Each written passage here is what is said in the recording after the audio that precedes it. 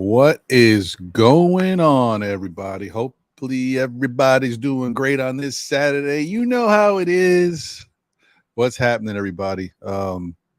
Appreciate y'all as always. It's another beautiful Saturday. Uh, I don't even know what to say, man. Air quality has been crazy on the East Coast, but it looks like it finally has, gotten better, cleared up a little bit, at least in the New York area. I don't know about other areas. This whole thing may be traveling somewhere else. Excuse me. So I have no clue. You know what I mean? Let me see here. See what they saying. Uh, let's see if it gives me a nice, quick little update. Hmm.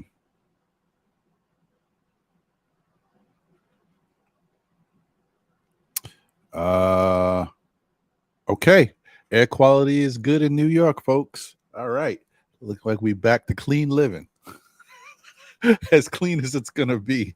It wasn't that clean to begin with. Anyway,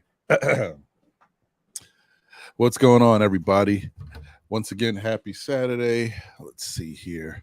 Got the morning cup of, Joe or Joanne. You know how it is. We straight. Salute. Thank you to Walter Blackman in the building. Always a pleasure to see you, my brother. David L is here. Salute, salute, salute. Appreciate you. JJ, happy Saturday, my brethren. Hopefully you're doing good. No, thank you, Walter, for being here and supporting and always showing love, man. I appreciate you. 100%. Knicks are nice in the building. Salute. What's going on, Pudge? Hopefully you're doing well. Andy, he said, let's go, Ron. I already got one beer down, just waiting for the stream. What's happening, Andy? Margaret, what's good? How are you? Good to see you. Hopefully you're doing well today. Sha Powers in the building. Sha, what's going on? Guys, let me do this, man. I'm trying to stay on top of these things, man. Let me see here. X. Uh-huh. Okay, see where we at. All right, guys. Knicks Real Talk, man. Let's see if y'all haven't already. Come on, man. Like, comment, subscribe, tell a friend who tells a friend who tells another friend. Let's get Knicks Real Talk to 1,000 subscribers. They are currently at 954. 954, only 46 away. We can do this. Let's get them there, man. Start telling your peoples, man. Listen, the weather's not bad. I know it's starting to get a little warmer. I think the high today is supposed to be around 77 on the east, New York area. Once again, I should say, 79 actually supposed to go up to 80. Yeah, man, go outside, tell your peoples, man. If anybody's barbecuing in their backyard, let them know. Hey, man, you listen to Knicks stuff, or you like the Knicks. There's a really cool channel called Knicks Real Talk with my guy Sha Powers and Divine. And they're really positive and they give you some really good Nick content, man. Support them. Yeah, man. Tell everybody. For real. Fabian Williams is in the building. Salute. Appreciate you. What's going on? Excuse me. Coach Sayer, or is that Sire? How do you like to pronounce it? Is it Coach Sayer or Coach Sire? What's good, brother? Hopefully you're doing well as always. My people stream elements, always making sure the stream is straight, at least on the YouTube side, I guess. Danny Landis, what's good, Danny? Hope you're doing well, man. Good to see you as always. Hope your son is doing well. Hope basketball is treating them right. Wonder Woman, what's good? I hope you are doing well. Now, I wonder, Are you also a big fan of like all DC related stuff? Because I know the Flash is coming out this week or next week. I think it's this week. I don't know. Are you gonna go check that out, Wonder Woman? Let's see. Okay. All right. And shout out to everybody who may be tuning in but not in the chat. Appreciate you as always. Salute to y'all. Definitely hit that like button and subscribe if you haven't already. And show your love. We appreciate you. Oh, dude. JJ, don't get me started. Yo, the Mets have been so bad, JJ, that I almost said maybe it's time for still Met fans. That's how upset I was. I was like, I got to start talking about these Mets. But it's just I don't have enough time to get into that. And I don't want to do a disservice, to people. I don't want people tuning in to just hear me rant about the Mets. I want to put my all into it. That's why I never did a Met channel. Because I'm like, if you do it, you got to go all in. And I just don't have the time, man. And quite frankly, right now the Mets are stressing me out so much. I don't know. I don't know if I could watch enough of them to even comment on it, man. It is horrible. Never understood baseball as a funny thing, man, because you can spend the most money in the world, but if you ain't got the right pieces on your team, if there's not the right chemistry for whatever reason, I don't know. Things just don't work out. It makes no sense why the Mets are not good right now. It makes no sense whatsoever. No sense. But whatever. It is what it is. Felicia Lee is in the building. Salute, Felicia. Hopefully you're doing well. Good to see you. My guy, Jarrell. What's good, Jarrell? Hey, man, guys, listen. I know it's a little quiet right now because we're not there yet, but we're getting closer and revving up things. You guys are New York Giant fans. Please tune in to Die Hard Giants with I Am Jarrell. Gives you really good content, great visuals, and he's knowledgeable. Man, he knows his stuff about football. No joke. He don't just comment about basketball. His football knowledge is A1. So appreciate him and definitely salute and show some love.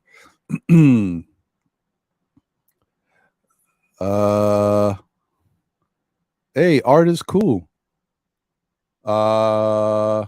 Maria Luisa art is cool. Hey, it took me a minute to kind of see that. Salute to you. I wonder if you are tuning in from the Philippines. We would be talking a little bit about Kai Soto today. And let me tell you, or Kai Sato. I don't know. I still don't know the proper pronunciation of that. And people just say whatever they want. But,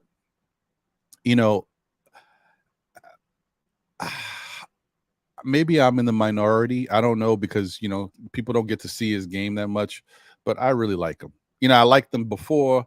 And now that his things are starting to rev up and he's out there trying to put himself back on the map and go to these different camps and become an NBA player, I'm really happy. But we'll talk about it a little bit more in a little bit.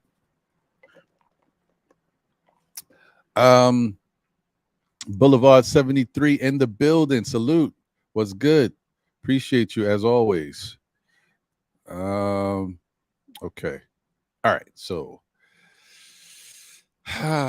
Yeah, we got a couple different things to cover today.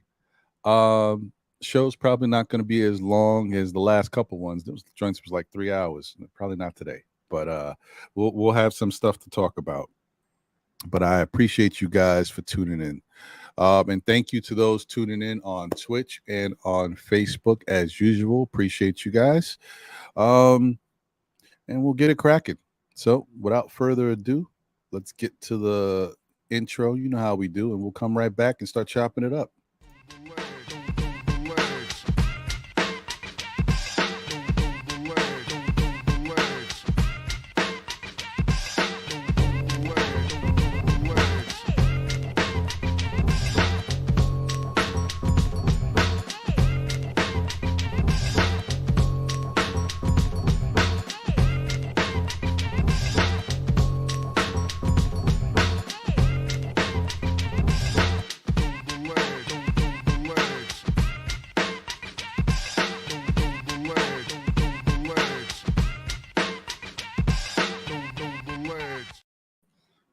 Yeah. That's That's right. We are back. Let's see if we can know the ledge. Let's go. Oh man. Salute to Ashley Inc. in the building. What's good? He says, I really like Kai Sato also. He is a stretch five that can help many teams. Facts on facts on facts on facts. At least that's how I feel.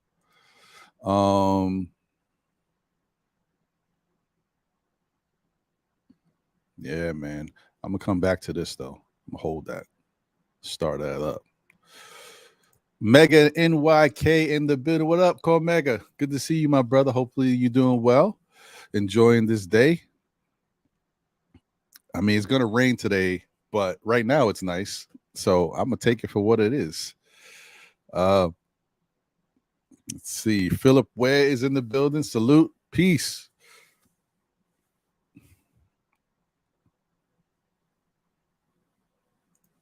Yes, sir. Definitely, Andy. I'm gonna put the link in the chat, and you're definitely welcome to jump on, brother.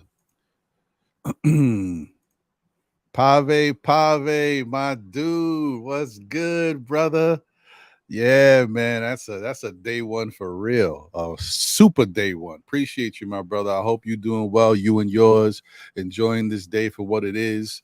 But it's definitely good to see you in the chat. Like I said, I hope you're doing well. I haven't seen you in a minute, man. So hope you out there doing what you got to do, and life is treating you well, brother.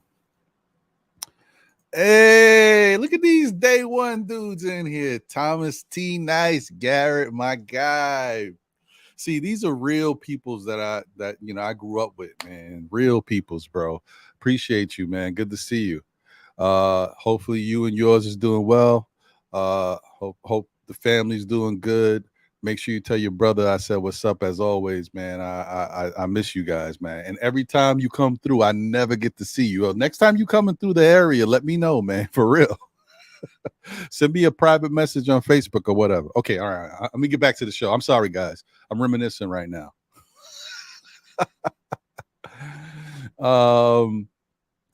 Man-child's in the building. Salute. Good to see you, my brother. Pleasure as always. Let me see who else we got here. Kerry Cox in the building. Salute. What's good? Hope you're doing all right.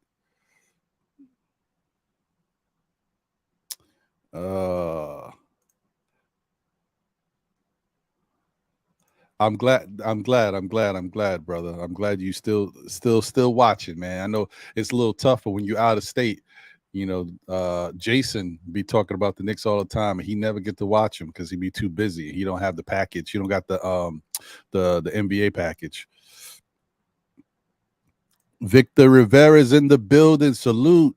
What's good? Appreciate you. Knicks 100. What's going on, brother? Hope you're doing all right, man. Listen, man, it's really good to be able to chop it up with you guys, man. Y'all know how I feel. All right. Where we at? Let me drop this link for my peoples. Okay.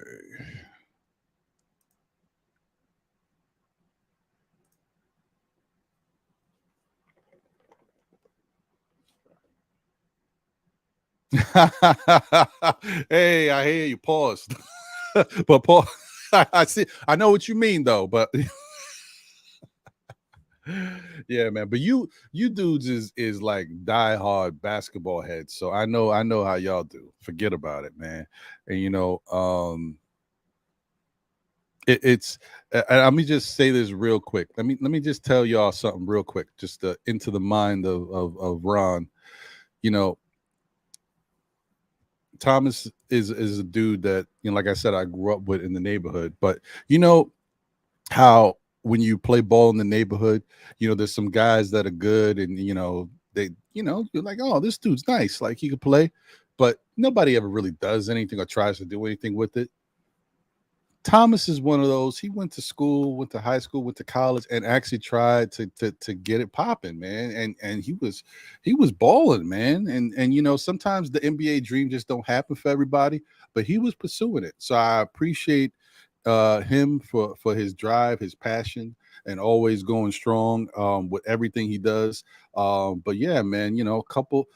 you never know, man. A couple things that could have went a different way, and we'd be talking about him on the big stage. Things just, they turn out how they turn out. His brother the same way. His brother Elton, man, nice man. We used to play in the hood all the time, and he would be giving dudes buckets, man. So yeah, the hood stories. That's how it is.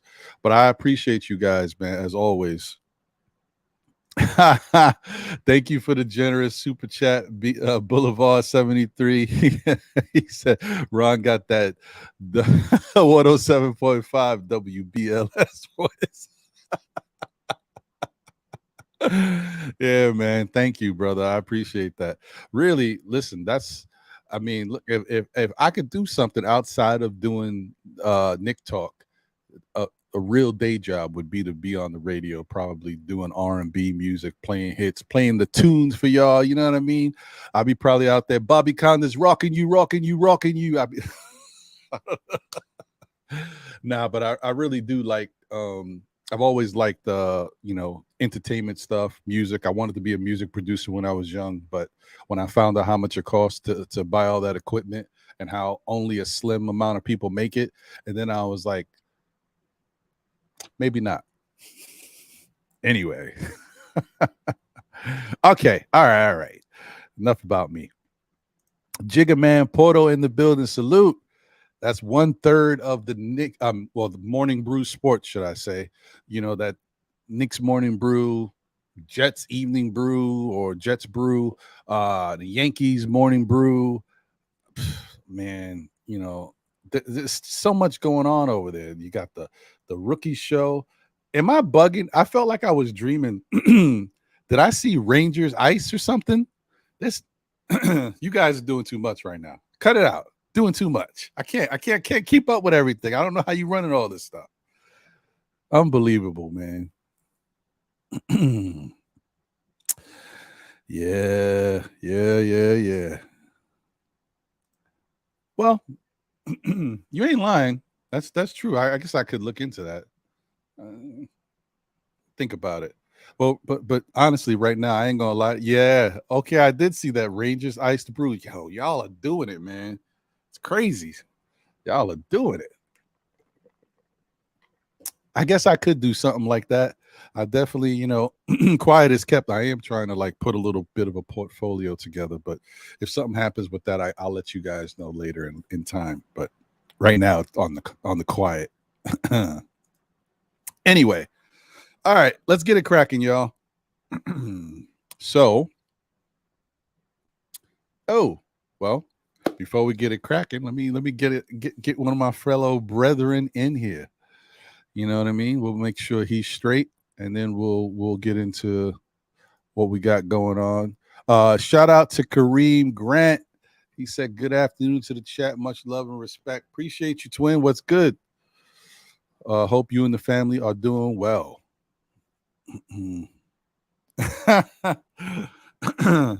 JJ,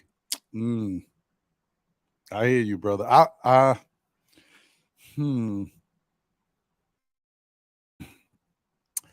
I would, but like I said, it's the time, man. The time. I don't want to do it and not do it right.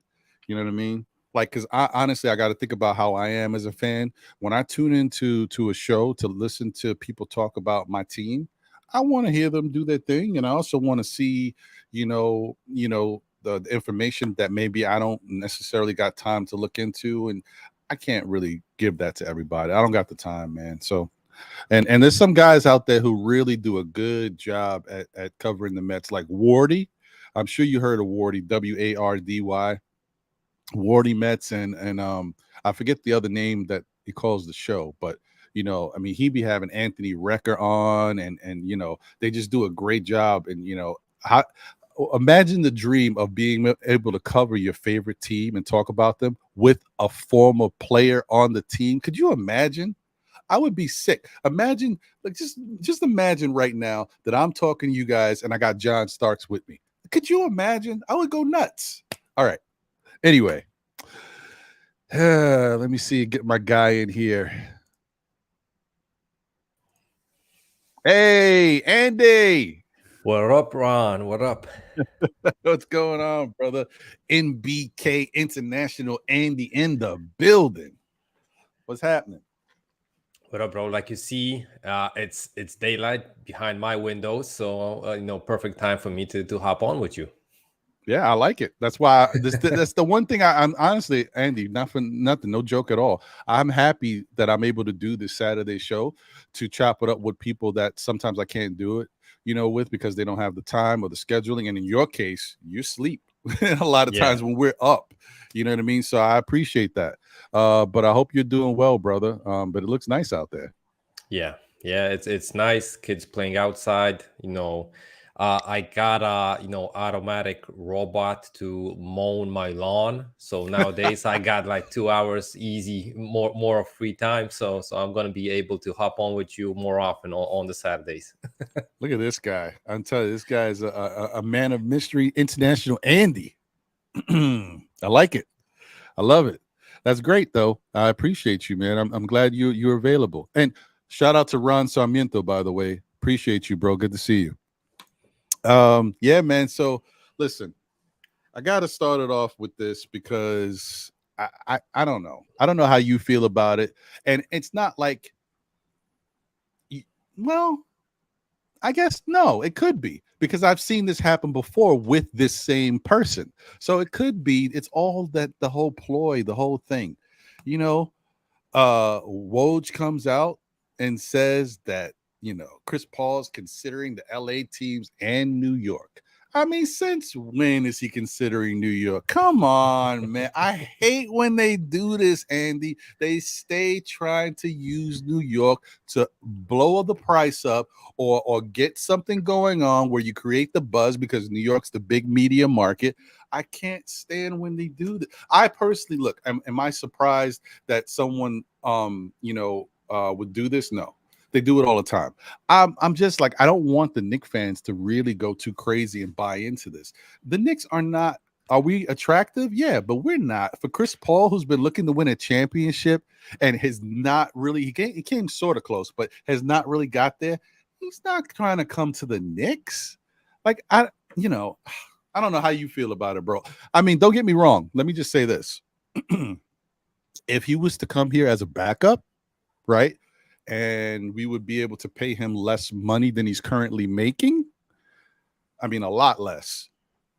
Okay, if he's comfortable with that, because right now I ain't listen. I don't know how you guys feel about it, but we'll take a look at the numbers in a second.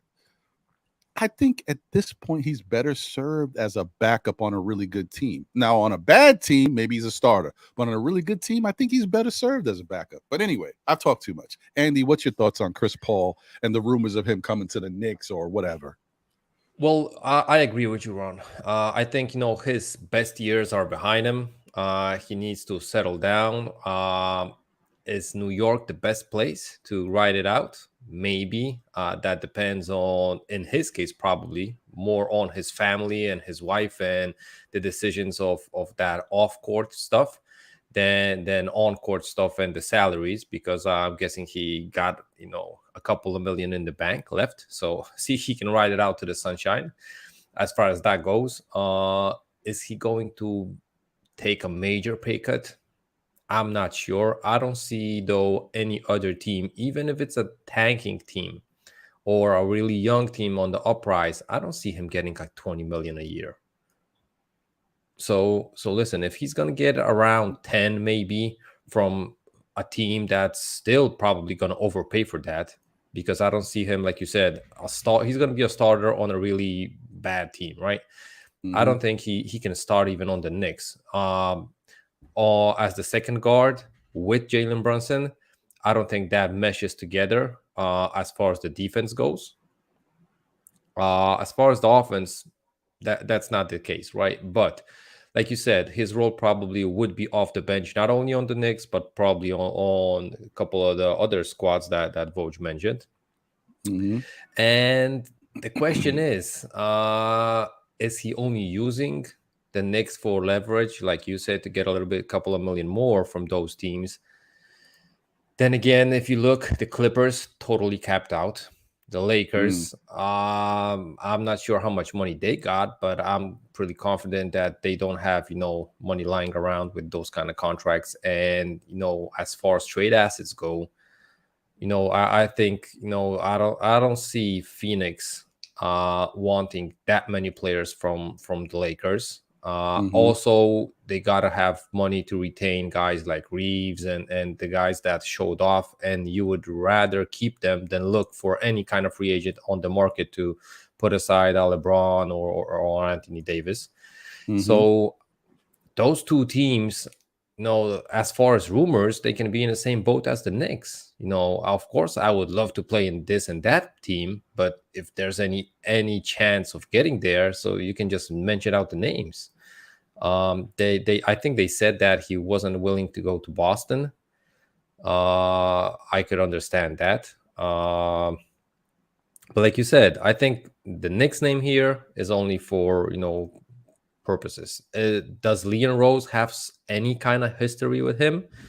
Probably, but is that history so strong to settle for a bench salary and a bench role on the Knicks, which are on the uprise? But let's not kid ourselves. So we aren't favorites for the next season to go to the Eastern Conference Finals or even the semifinals, right? I don't think you can label the Knicks being that good of a team. Very And I true. think for him, it's unless he's like, listen, I can go to the Knicks, probably develop some kind of coaching background and think about it that way. That means that he's thinking about the stuff that he's gonna do after his career. That might be the move that he's gonna consider, and maybe in that aspect we would be one of the better teams Mm-hmm. to look at from that point. But I really think that he's gonna just readjust his contract with the Suns. Let's not kid ourselves. They got KD and they got Devin Booker. We saw that when they played together, they were kind of good. Of course, that wasn't a major sample size because KD was injured when he came there. Chris Paul also had some couple of games off. They had internal problems with DeAndre Ayton. I don't know what was the relationship between him and Monty Williams, but as we see, Monty Williams isn't the coach, so that means that the bond wasn't that strong for Chris Paul to vent for Monty to stay, unless they didn't ask him for that. So things might be that way.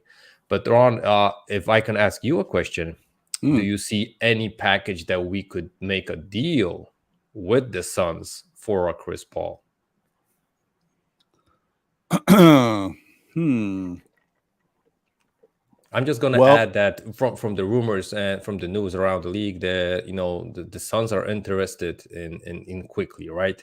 right. I think Quickly and Top and mesh so good. Even on the Knicks, they have so exactly same gameplay and stuff like that. Also, when you have a guy like Devin Booker and KD, the perfect center for you is a guy like Mitchell Robinson. Mm-hmm. Rebounds, doesn't complain, and his complaining, playing aside a guy like Booker and Durant, I don't think he's even going to raise his voice, right? Just get the rebound, get the putback. Don't care about the rest. So he's one of the perfect centers to play alongside those guys. Of course, not to mention his great defense and erasing the mistakes of those two guys on the defensive end. So thinking around that way, we could either go for CP3 in the trade and add a Fournier, for example, or even a D Rose, which would make them, get a little bit salary cap space for the Suns after they waive Mm-hmm. him, or just go after Aiton.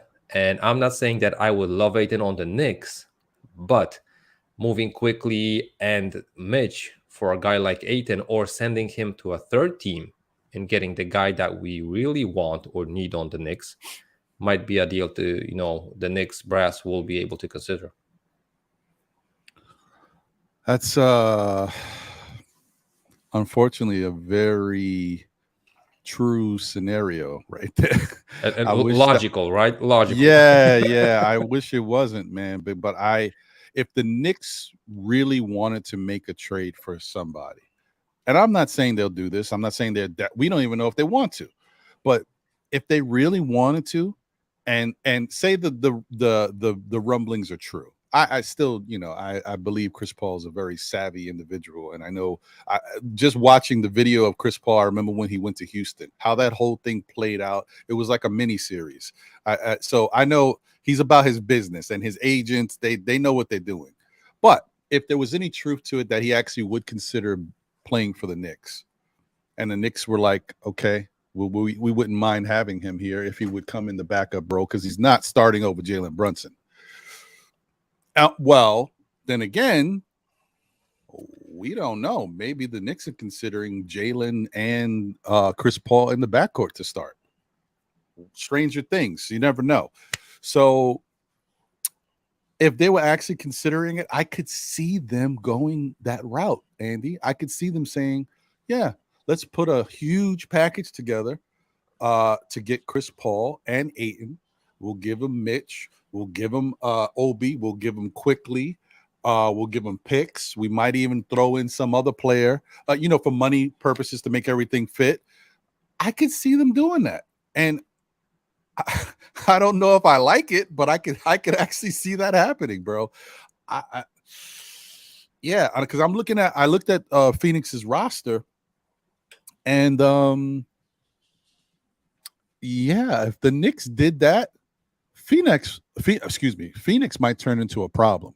Phoenix could win the championship. Honestly, if you keep the core of what Phoenix has with Booker and Durant, and you send Mitchell Robinson over there for defensive purposes, what they could do with that, send Quickly over there, who can give them probably a little bit more, and he might learn to flourish more if they put him in the starting role over there. And then you send Obi to come off the bench, give them a little spark with the rest of those guys, and whoever else they decide to send. I think Phoenix is a contender that could possibly win the whole thing. I think just having Mitch over there makes Phoenix a problem.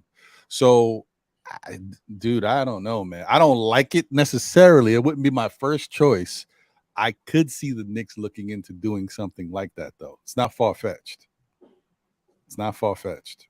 Yeah, but Ron, I think, when you would consider, for example, the deal would make logical sense, right? But now, if you're not 100% happy, you look for a third team to send the guys that you're not happy with and then get something from that team. For example, I could see easily moving Aiton, for example, to the Pacers and getting Miles Turner. Just as, as a 3-team deal, the Pacers would be happier. Aiton is probably would be one of the better guys on that roster. They moved the biggest contract in Miles Turner from their, salary cap space. They got still money to throw around the league for a free agent. And he kind of makes the timeline still work around Halliburton and that young core that they're putting around, in Indiana. So that's just one that pops into my mind, like thinking about it right now. You could probably look for 2 or 3 more scenarios from that kind of 3-team package thing, and and make it work. Let me tell you something, Andy. Guys, I know. Listen, I know the chat is losing it a little bit right now because they don't love Ayton. I get it. I don't love Ayton either. But let me tell you something. First off, CAA Mafia, why would we do that? I don't know why we would do that. But don't forget, this front office has not been horrible. Sometimes we like to get on them because of the way they move. Certain things don't play out the way we see that they should play out. But then in the end, when you look at the result has been positive. So you can't kill the front office. Certain things have worked out. But everything has been based on relationships.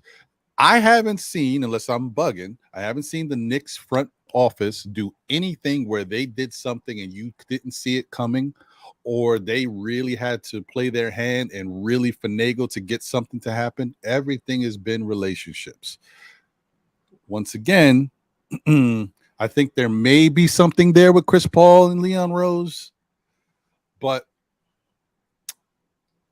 if it did happen, I could see what Andy just said. What Andy just said is a scenario that I'd be okay with. Like I said, it's not my number one scenario. Everybody has their dream scenario, but I'd be okay with that because Andy actually put some thought into it. That makes a lot of sense. If we did that trade and then brought in Ayton and brought in Chris Paul and then flipped Ayton to Indiana for Miles Turner, because remember, Ayton signed a offer sheet with Indiana, and then Phoenix came in and matched and swooped them back away. So Indiana wanted Ayton. If we could do that, then I'd be okay with it. Because I'm not in love with Miles Turner, but I know the guy's he's a great defender as far as blocking shots. He can stretch the floor. He's a solid frame. He can hold his own down there. And if you bring in Chris Paul with what we already got and we keep most of this core, people will be happy. You get to keep RJ, you get to keep Randall, you got Brunson, you hopefully you still have the money to sign Hart. I think the Knicks would be all right. And maybe you keep Grimes, maybe. I would be okay with that. I listen, I mean, you can't get everything you want, and that's a scenario where the Knicks do get better. Yeah, other team that you can think about is like the Wizards. You can flip Ayton to the Wizards, make that team a little bit younger, then get, for example, a KP or a sign and trade with Kuzma. There's plenty of teams probably around the league that you can envision doing a deal like that.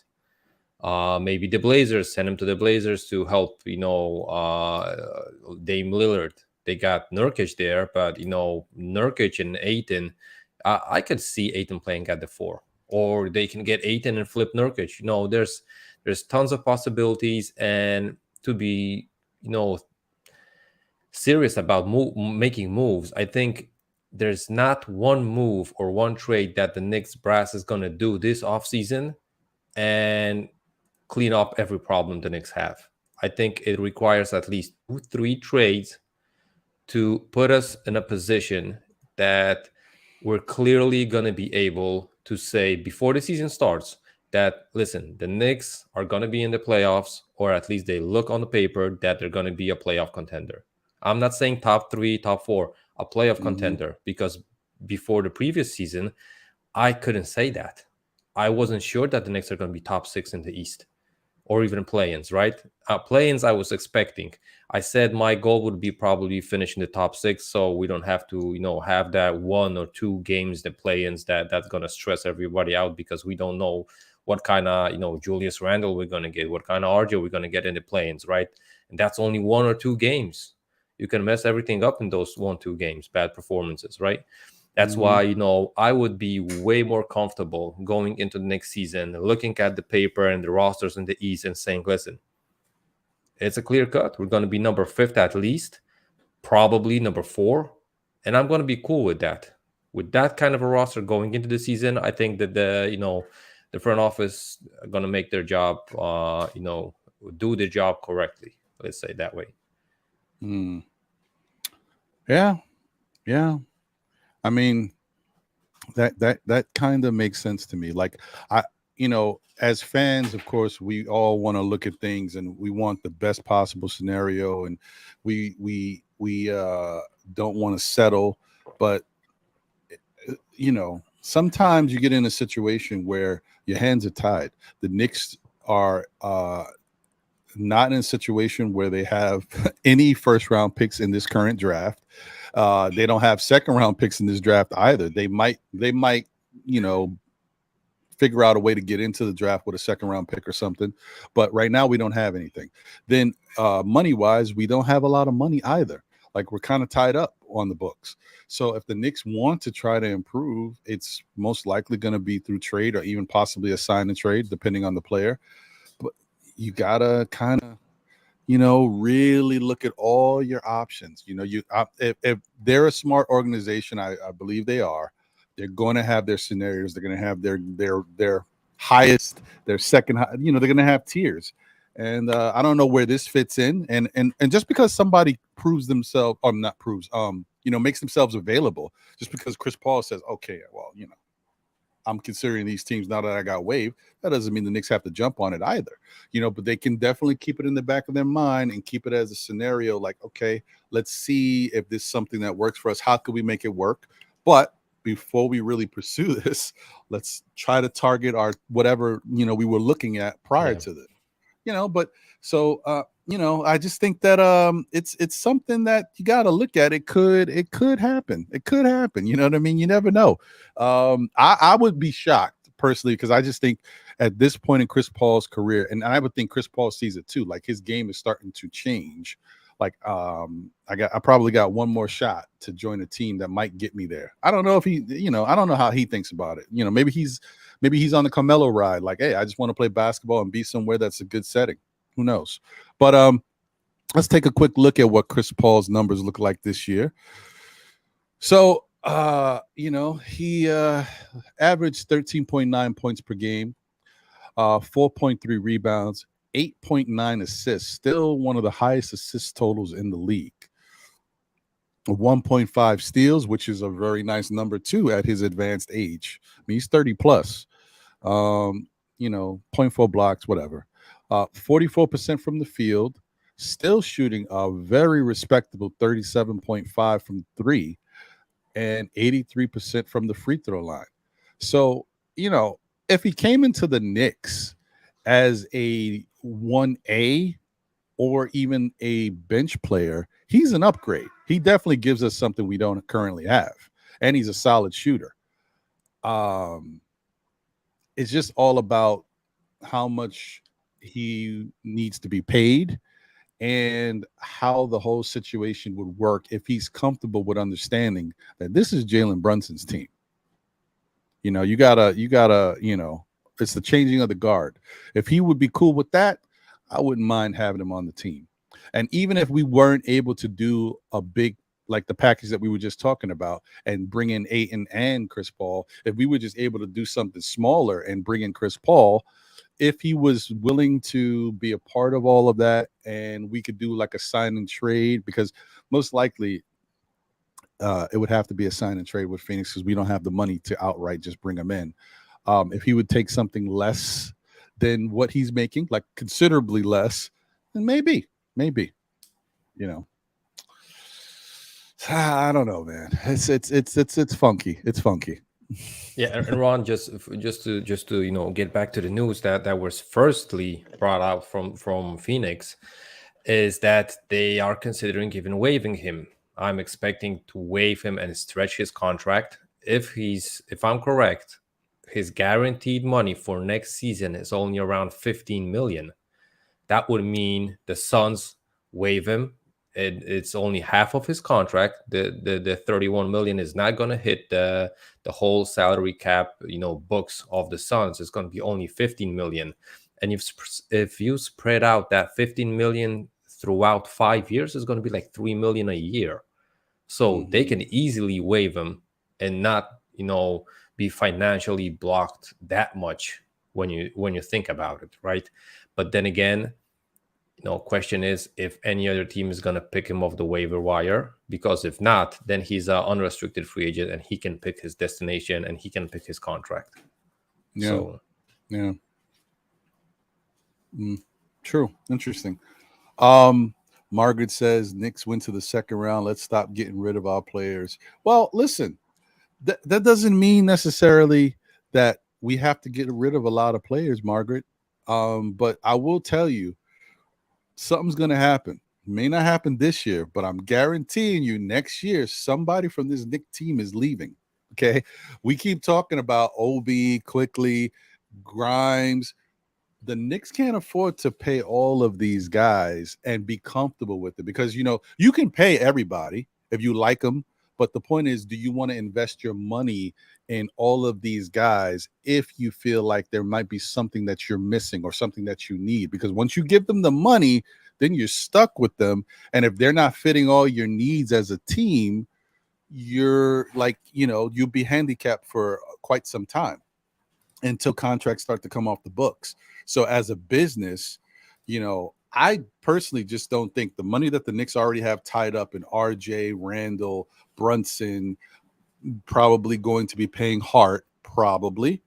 Then having to think about Quickly and Obi and Grimes the next year, I don't know. I don't know. And definitely Obi is to me, Obi's out. I don't know if he's out this year or he's out next year, but I just don't see the Knicks paying Obi what he would probably want, because Obi's not going to shortchange himself either. I mean, Obi could easily be in his mind like, yeah, I mean, my game doesn't look like I'm owed this amount of money, but you guys don't play me. Like, I can be worth this if you give me the opportunity, but being behind Randall, just don't see it. So I think Obi's the odd man out. He's the one that I just don't see him coming back, but at some point. But yeah, I hear you though, Margaret. I like this team too, but just understand that in any team you have players, and at some point the team is going to decide that, you know, is this person going to be worth what they're supposed to be getting. Look at and we don't even have that situation. Look at what happened with OKC, how they broke up those guys, and they had some really good players, and they couldn't pay them all. And they're a small market too, but you know what I mean. Anyway, let me drop this link once again. Okay. So yeah, I mean, it's going to be interesting. We'll see how it all plays out, but it's going to be a lot. The offseason hasn't even really started yet, and we're already got so much juice that's happening. Knicks will be 2026 NBA champs. Appreciate you. Good to see you. He says Obi is a goner. Yeah, I just don't. It just it just doesn't look good the way everything's playing out. And then Randall's, you know, as much as people say stuff about Randall in the playoffs, I mean, he had an incredible regular season. Like, Obi's not going to do anything to touch what Randall's been doing out there. It's too much. Oh, so quick, I didn't even put this on my topics for today because we've kind of talked about him in the past. But being that you're here, Andy, how do you feel about the news that Minnesota is possibly going to be moving Karl Anthony Towns in the next few weeks? What do you think about him? Me personally, as far as game-wise, I like his game. As far as the mental aspect and him fitting New York media, I don't think that's the perfect fit. I don't want to say that I label him soft, but I kind of I would have to say that, at least mention it. And Ron, the question is, what would be the price for Cat? Because they're not going to give him away for free. They would want tons of picks. They would want probably one of RJ or Julius. And I think when you, for example, move Julius and you throw in like 3 first-round picks, I don't think that's making you moving the needle as far as the team goes for now, and not being able to add younger players on rookie scale contracts. That's actually going to block you even more. So I think that's for a reasonable price, maybe, but what we got to realize that Cat already signed that extension contract, and those number on that contract, no, not the perfect contract. I don't think that, for example, the Knicks brass would sign him to a deal like that, and I don't think they're going to feel comfortable with players unless it's a short-term deal. For example, like KP's deal, it's only last season, and then that they can throw him their offer and stuff like that. I think they would be rather more comfortable with that kind of a move than inherit a contract for 3, 4, 5 seasons with that huge number. So, right.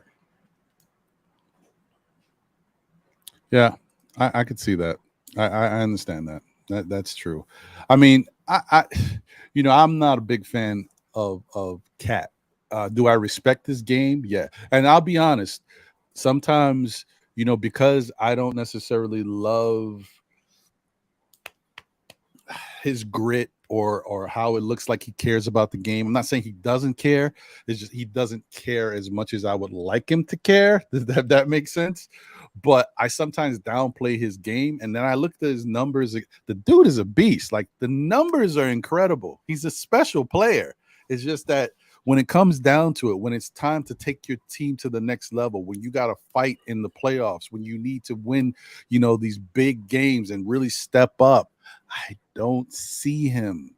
Or I don't, and sometimes it's not even about him, but it's about how he gives off the energy to his teammates and gets behind them and gets them doing what they got to do. Like, when you want to win, you need warriors around you. You guys got to be in the trenches together and fight through it.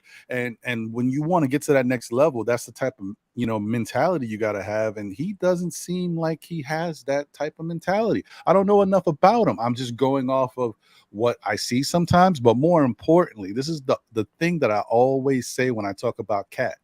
I'm talking about what Jimmy Butler said. I'm talking about what Patrick Beverley said. These guys played with him, and these guys are dogs. They can see another dog. And if they don't see the dog, they easily tell you that he ain't it.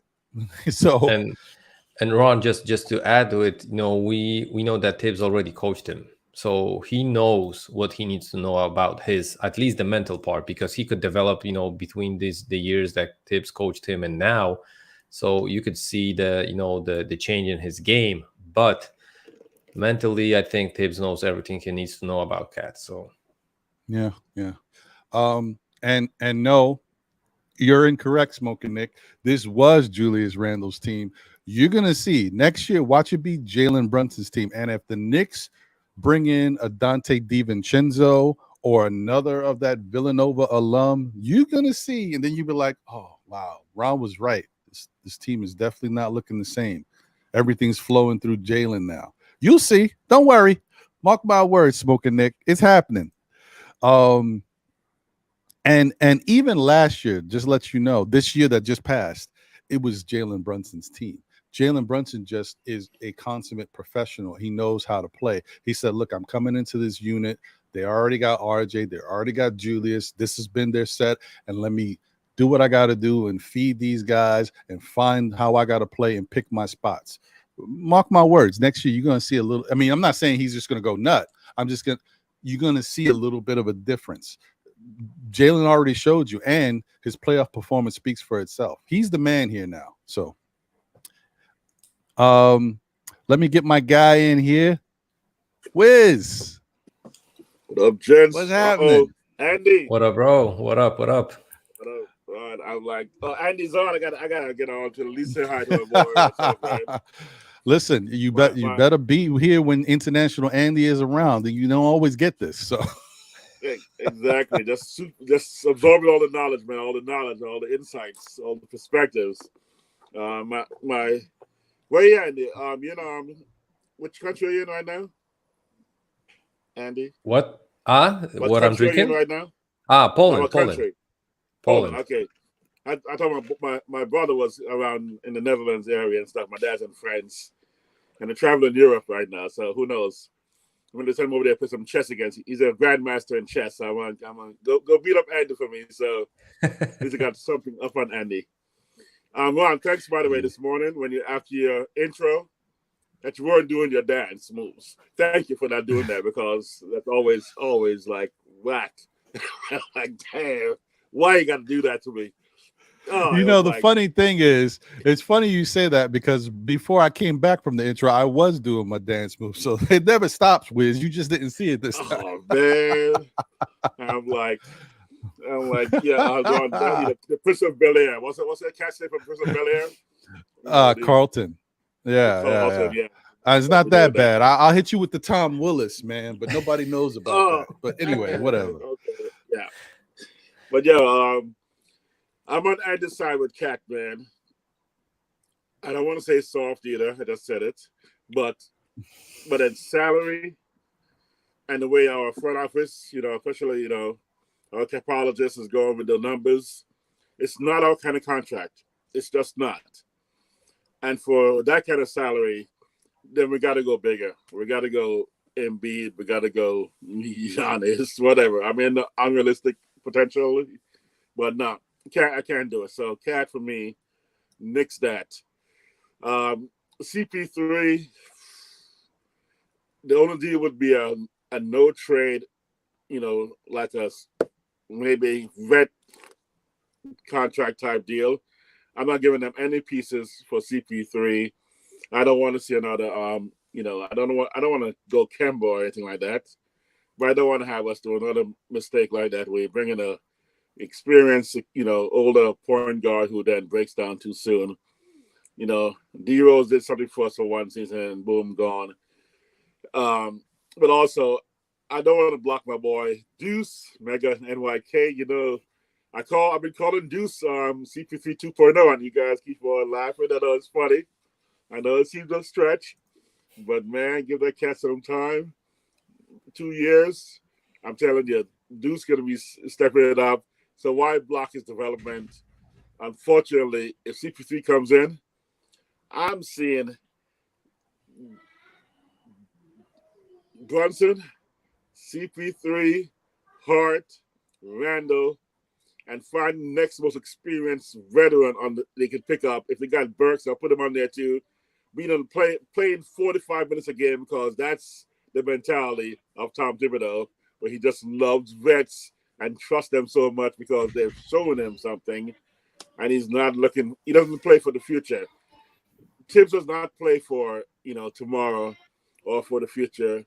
He plays for today's game, the game he's playing for, not today's kind of game, for the game that's in front of him at the moment.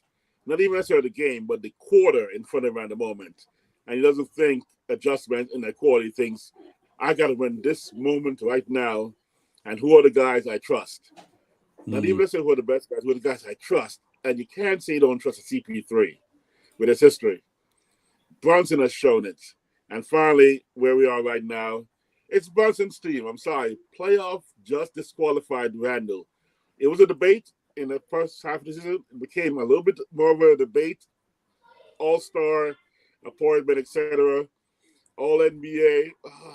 I don't know. Should a point guard lead the team? Should our experienced all-star, two-time all-star, two-time all-NBA, 25-10-5 guy lead the team?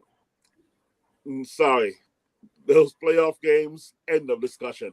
Disqualified, Randall, you're number 2 at best next season. It's Brunson's team right now. Unless you bring in somebody like a KD or an Embiid or somebody, it's Brunson's team. Sorry, Randall fans. He's good, excellent ball player, not leading this team right now. So basically, everything Andy says, I agree with. Except he won't say that CP3 is. He won't say my Deuce is CP3 2.0, but someday he'll say it. And when he does say it, you guys will be like, "So you're right." Just like Ron is always right. You're right. You're right. Okay, that's my dialogue. That's my. Okay, Wiz. Listen, I accept it because you're a Yankee fan and you don't know no better, but it's fine. It's cool. Oh. You can't say there's a Mets fan right now. I know it's tough. I can't even. Listen, we in a bad New York. New York baseball is in a tough spot, bro. It's rough out here. Yeah, but listen. That's fair. I think it's fair what you're saying. The Deuce stuff. As much as I love Deuce, and this funny because right now the three of us, and we're about to get to somebody else in a minute, but the three of us all love Deuce. Like Andy's got him on the back wall. You're a big Deuce fan, and Deuce was, at one point I had mentioned that he might have been my second favorite player on the team. This was like 2 years ago, but whatever. The point is, listen, I know. He's the odd man out too, man, but not because he's not someone that you have to let go. Opie's someone you might have to move on because of money eventually, but Deuce, you can rock with Deuce. Even a couple years when Deuce's contract is up, you can still bring Deuce back. He's not going to be making a lot of money. It's all about, does he fit your scheme and what you want to do? But if you can go out and get Chris Paul, if it's real, and like Andy said, it might be more feasible money-wise because they're going to waive. If they waive him, he's still going to get a lot of his money, some of his money. Knicks don't have to pay him as much. So it could happen at least for 1 year. I'm taking Chris Paul in a heartbeat, and if Deuce got to go bye-bye, then sorry, bon voyage, Deuce. But I mean, that's not ideal. It's not what I really want to do. I would love to keep Deuce around. It's just, Tom Thibodeau, and also don't forget Deuce has limitations. You know what I mean? Like it's all about the coaching and how you use a player. And Thibodeau don't use Deuce the way Deuce could be used, as effective as he don't. He really don't. Just Thibodeau like has a problem with that. I don't think it. Yeah, just like iHeart. It's Tom. Tom's system does not fit, and sometimes systems dictate players. And just like iHeart, who could probably do so much more, is not in Tom's system to use those guys properly.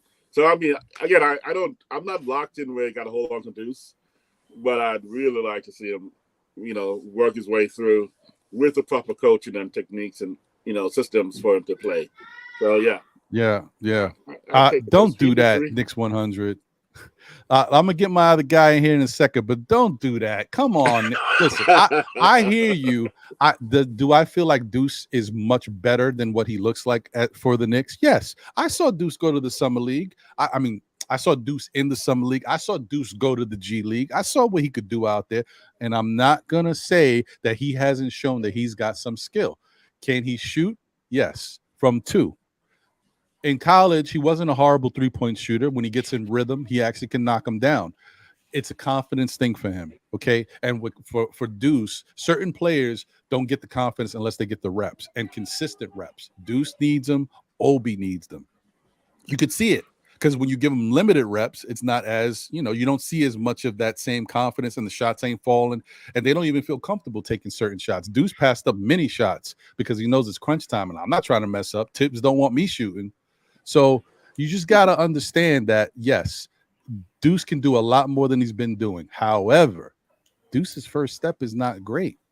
He don't break down people. He don't get to the rim. You know how much for a guard, how important it is to be able to break down your defender to get to the rim? You set up so many things for your teammates and for yourself. And when you're not doing that consistently, look, in the G League, I saw Deuce get into the rack often. I also saw the G League, they don't play defense. In the NBA, I see Deuce trying to do that, and he's not getting to the rim. Very rarely do I see him break down somebody and get to the rim. And in transition, I've even seen Deuce get stopped in transition. Imagine that. On a break, I saw him get stopped. Like that, it's a foot speed thing. And I'm not saying he's bad. I'm just saying he's not for a prototypical type point guard, a backup point guard. That's a little bit of an issue. He has to learn differently. And these young players, they're not being taught the way they should be taught. Any young player who doesn't have a certain aspect of their game that they need to improve on, they need to be taught by a person who can show them how to improve on it. Where's Andre Miller? Go get Andre Miller and have him work with Deuce and with RJ. Guys who, both aren't the fastest when it comes to their first step. You need guys like that and teach them, listen, this is how I did it. What's Slow-Mo's real name? I always call him Slow-Mo, the power forward that kills everybody with his speed. Was he with Memphis now, or I forgot who he's with? Minnesota. I think he's in Memphis. He was in Minnesota. Right. Yeah. What the hell is his name? I can't even look him up. I'm like, I'm gonna type in Slow-Mo. What's his real name? I forgot his name.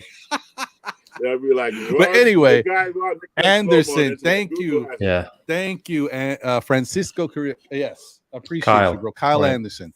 That's a guy who, I mean, maybe not him, but a guy who has that similar type game should be working with RJ. Just teaching him, listen, you're not the fastest, but this is what you could do. Look how I can do Even this, Brunson, knowing that I don't have. Yeah. Well, you gotta, you need stuff like that.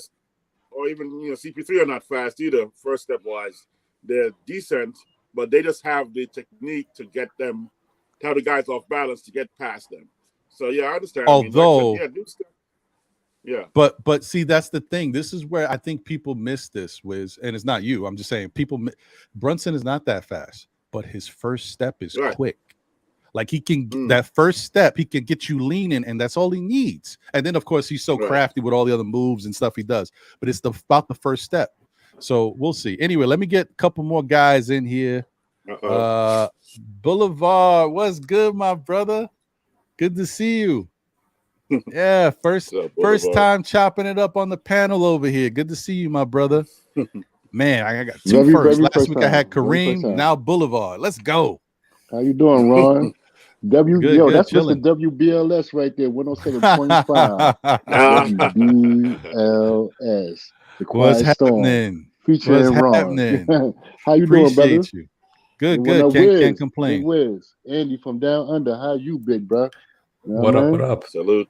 How you doing? Salute to all of y'all, man. Salute to the chat. Salute to everybody, man. Knicks Nation all day.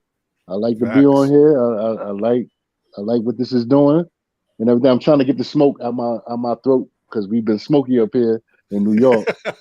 You know what I'm saying? Well, I'm upstate and whatnot. But yeah, I hear you, brother. I know, man. I was just checking the air quality earlier. I'm happy it's finally clearing up. Facts. It's been crazy. Facts. Yes. I'm up here in these mountains and everything upstate and everything. But I just want to say to Wiz, the Yankees. Yes, we cool. We gonna be all right. I don't know about the Mets fans. I'm sorry. It's okay. It's all right. It's okay. I'm sorry, Ron. I'm a Yankee. No, it's fine. We got the best team. Money can't win. I don't know how to say it. I don't know how to say it. But we paying a lot of money for guys who ain't winning. That's what I'm trying to say, basically. Yeah. Let me see if this guy. I know he's on the wheels of steel out here. Smoking Nick, you out there? Oh, SK. Oh no. Yeah, I'm here. Yo, this dude. Yeah, we hear you. This dude don't let nothing rock. I said this is Brunson's team. He's like, nope. Nope. He's gonna come off. Nah, this is Brunson's team though. I ain't gonna front. I'm sorry, SK. I love you, dog, but this is Brunson's team, man. This is Brunson's team. Man, they gonna know it. You gonna know it. You got the superstar. Cool Andy, and then you got like Smoking Nick to just drag us down and make us. I'm like, Smoking Nick, I got one question I gotta ask you. When you're driving on that high road, you know what I'm talking about? Oh, yes. I think we lost him for a bit. He'll come back. Oh man. Okay. Let me drop him down for a second while he gets everything together. Probably in a dead zone.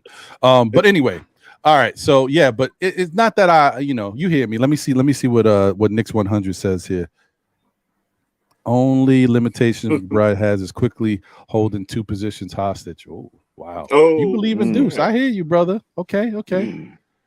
Damn, Smoking Nick is quick as hell. B, you out the whip already? Like, wasn't you just in the car? Shit. Can you hear me? I got your question. Yo, Smoke. You on mute? No, he's still lost in the sauce right now. He's in there. It ain't working. I'll wait till you get it back. Oh, yeah, but I hear you, bro. I mean, look, should Deuce get a real good look and see what he can do? Fine, but I just don't know. I don't know, and I think Tom Thibodeau don't know either, and that's the problem. He's the coach, so we'll see what happens. We'll see what happens with that. But I like Deuce. I like Deuce. I do too. I do too. I hear you, Deuce, man. I like him, man. I think you need to. If you give him the chance to elevate his game a little bit, he gonna show y'all something, man. Like, I think the boy is nice. Just got to get the opportunity. Yeah. By the way, real quick, Yo, Andy, you saw EM Med also dropped a little note in there about Deuce. But Andy, did you see Nikola Jokic play? Yeah. You mean the other Nikola, the rookie? Oh, you mean from Miami? Yeah. Yeah, I saw him in Europe, but to be true, I think he doesn't fit the Miami scenery quite well. He's one of those party kids that when he went to Miami, that was a really bad fit. He should rather go to a place like the Minnesota or a city that has the city that has no besides court life and stuff like that. Man. That would be way better for him. He was already known here in Europe to be a party beast, and being in Miami. I don't think he fits the culture there, between the Heat players. We know how Jimmy is, how the rest, how Pat Riley, selects his players. And I think, Jovic, as far as the talent might be there, I think the work ethic, earning that kind of a money, that kind of a salary for him. No, I hope he's going to be in the league after this rookie contract. Let's say it that way. Wow. Oh, man. Okay. Wow. That's deep, man. I always like this game when I saw it. I hear that. I hear that. Let me get to a couple people in the chat, say what's up, and also get to the super chat. First off, shout out to, I feel like I already said it, but I don't think I did. But shout out to Keith Turner. If I already said what's up, I'm saying it again. But if not, thank you for being here as always, Keith. Shout out to my guy Ribby RM in the I appreciate you. Always good to see you. Let's see, M Med. Good to see you. Appreciate you. Who else we got here? Best of the worst is in the building. Salute. And I'm a star that question. I'm gonna get to it. Marlon Khan is in the building. What's good, Marlon? Appreciate you. Let's see. Almighty Finesse is here. Salute, my brother. Appreciate Almighty you. Lord have mercy. I already mentioned. Yeah, he's Almighty's cool though. Francisco Carrillo in the building. I appreciate you, brother. I think I got all the new people that might have showed up. But if I didn't, I apologize. It's not for lack of trying. I just may have missed it. You know, I'm trying to run through this real quick. But let me get to the super chat. Appreciate you guys. Go back up to it. There we go. Parrish Duggar, thank you for the generous super chat. Appreciate you, my brother. He said, hey, guys. Hey, Andy, I messed up my super chat yesterday. My trade was supposed to be our own first picks, RJ, Mitch, and Fournier and KP. Ooh. RJ, Mitch, and Fournier for Kuzma and KP. I don't think that's enough. Yeah, I don't think that's going to happen. No. Well, Ron, I'm going to defend Parrish on this, why it might be enough. If we do the deal on draft day, Kuzma is able to, because he has a player option. He's got a player. Yeah. So as I'm saying it, I'm thinking it. Yeah. Go ahead. Yeah. KP has $36 million as a player option, and he's definitely going to pick that up because I don't see any team paying him that kind of a money. Right. And Kuzma, on the other hand, his salary for the next season on his player option is only $13 million. And I think he can easily get more than $13 million. That's why, you would trade for Kuzma just to, put the news out, but you might, he still might be hitting the free agency. So question is, do you get an agreement before you do the trade with Kuzma? And then you make the trade and then he resigns with you because he's going to be unrestricted. So, he can even promise you that he's going to sign with you. And then he's going to be like, listen, but these guys gave me $5 million more and I'm going to still bounce. So that I think that might be the question around this situation. I actually like it, but except I'll make one change. What's I may just throw them back their own pick because we got their pick next year. I'll throw them back their own pick because they don't need to have that tied up. But I like KP, and if he wants to do a 1 year and an extension to get, because he's not going to get 36 again ever. So yes, he will accept that. He'll opt in on that 36 mil. Kuzma is definitely out. So instead of losing him completely for nothing, they're going to get Mitch and RJ. I'd like to probably switch RJ for Randall. And believe it or not, if they really want to push it and have to, I mean, they really would love IQ. You know what? KP and Kuzma for Randall and Mitch. And then we get either promote Deuce or something, or perform somebody else, or bring CP3 in at vet minimum for the bench, and IQ goes. I think that team is a second round guaranteed possible contender for ECF, not championship yet. Okay. But I see ECF contenders. Not yet. Kuzma, KP, RJ. I mean, that's dramatic. That's kind of dramatic, Wiz. Brunson, and then CP3 off the bench with Josh and Hart. I wouldn't be bad at that. And we have Obi still, or switch him out for somebody else. With this Isaiah, who's waiting in the background, back in the power forward position. And we move Obi for somebody else. I would not ignore this deal. And I think it is possible if we throw in our own their pick also, which won't cost us much. With the same coach? Not our next with year Tibbs? pick, but our 2020, maybe 2025 or 2026. 2025 is a good pick for us to give away because the Milwaukee top three protected is probably going to be ours.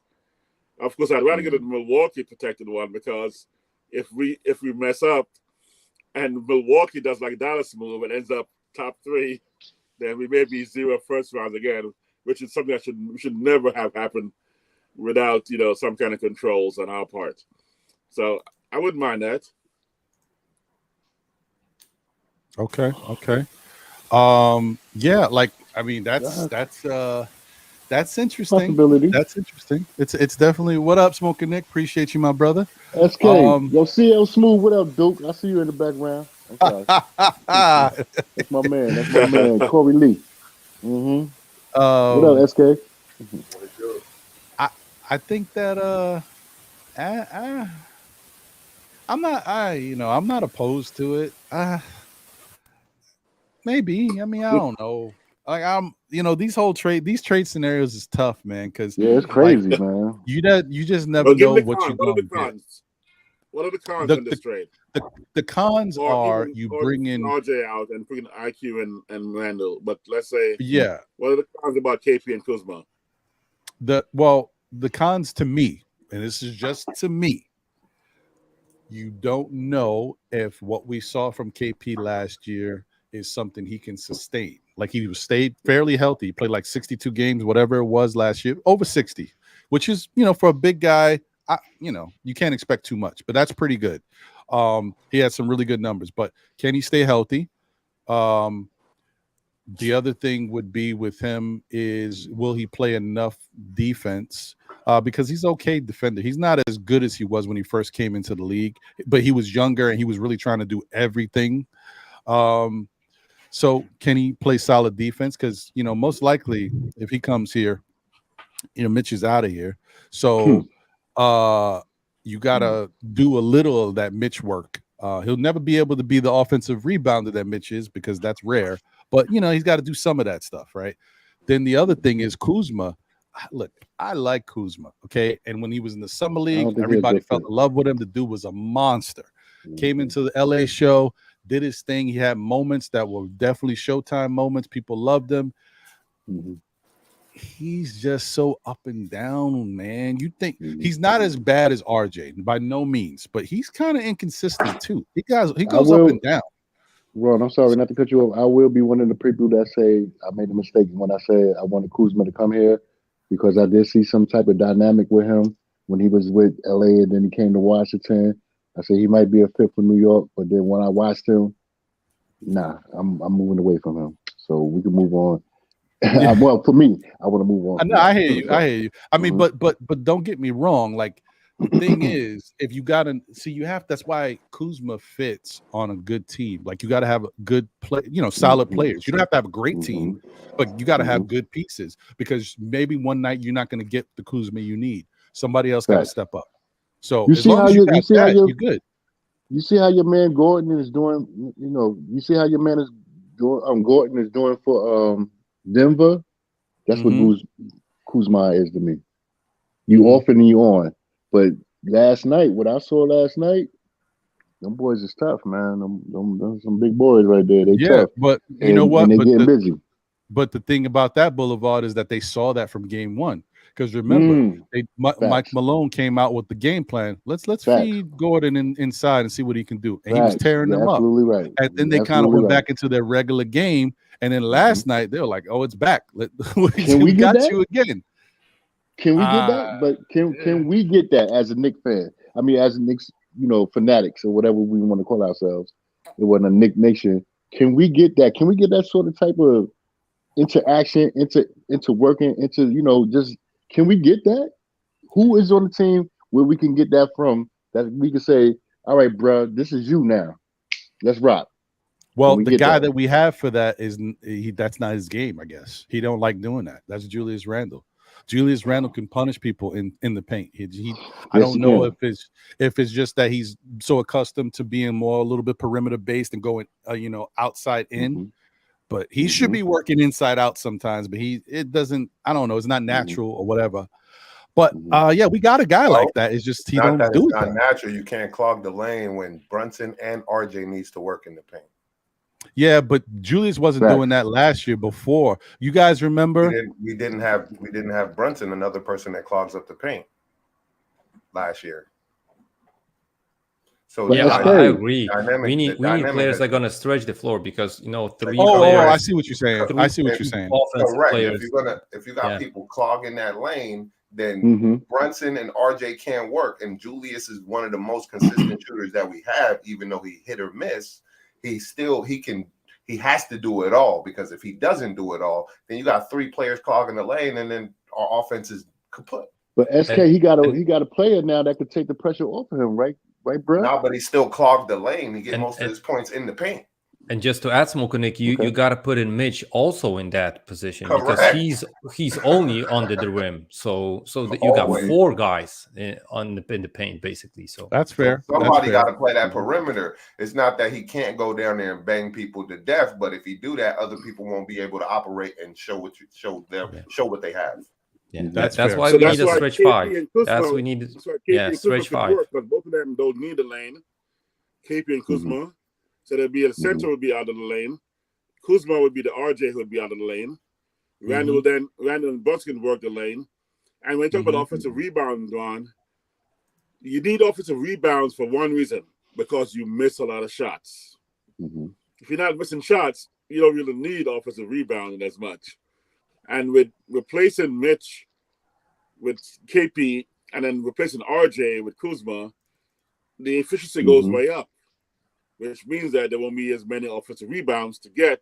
So I'm not going to say, I love Mitch, so I'm not saying get rid of Mitch, but I'm just saying that the offensive rebound part of Mitch is that we miss so many shots, and because he's a good one, he gets so many offensive rebounds, and still not enough because we miss a lot of shots. We are a bad shooting team overall. And so our game is shoot a lot because you get offensive rebounds. What we need? And get a basket one of every 2 or 3 shots. You have to get down there on each possession. Well, you know what they say: you miss 100% of the shots you don't take. Then we got guys on the team that are not taking open shots either.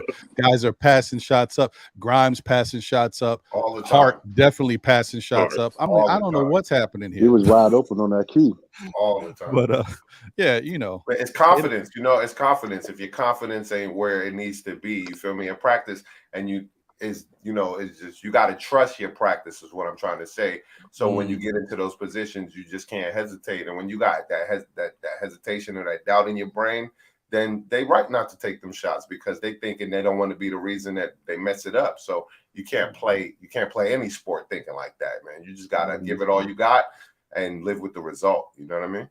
That's fair. Fair. Facts. Good point. I'm sorry, Boulevard. You were saying something about, you mentioned something to Wiz, like what do we need? Yeah. When he was saying about we a terrible jump shooting team, what is it that we need? Like where can we find a solution at?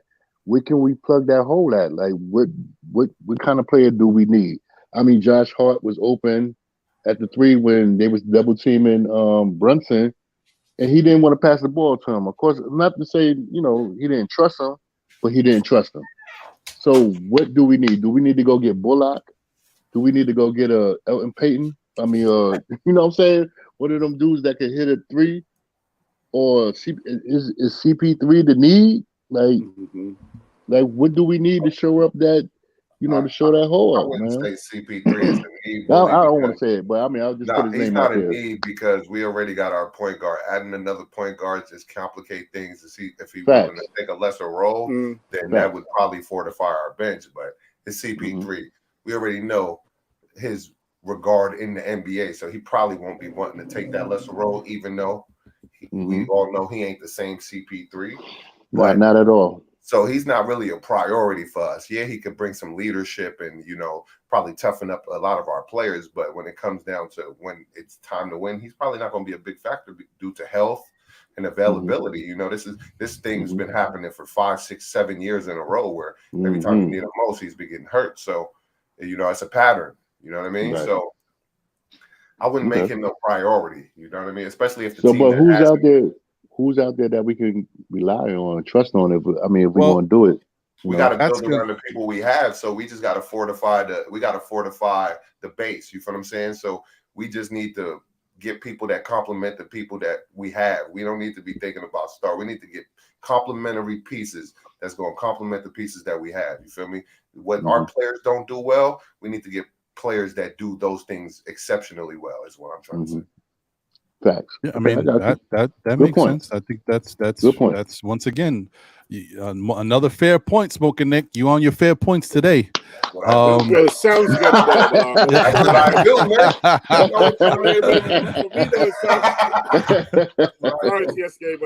This is light work, Ron. Light work, man.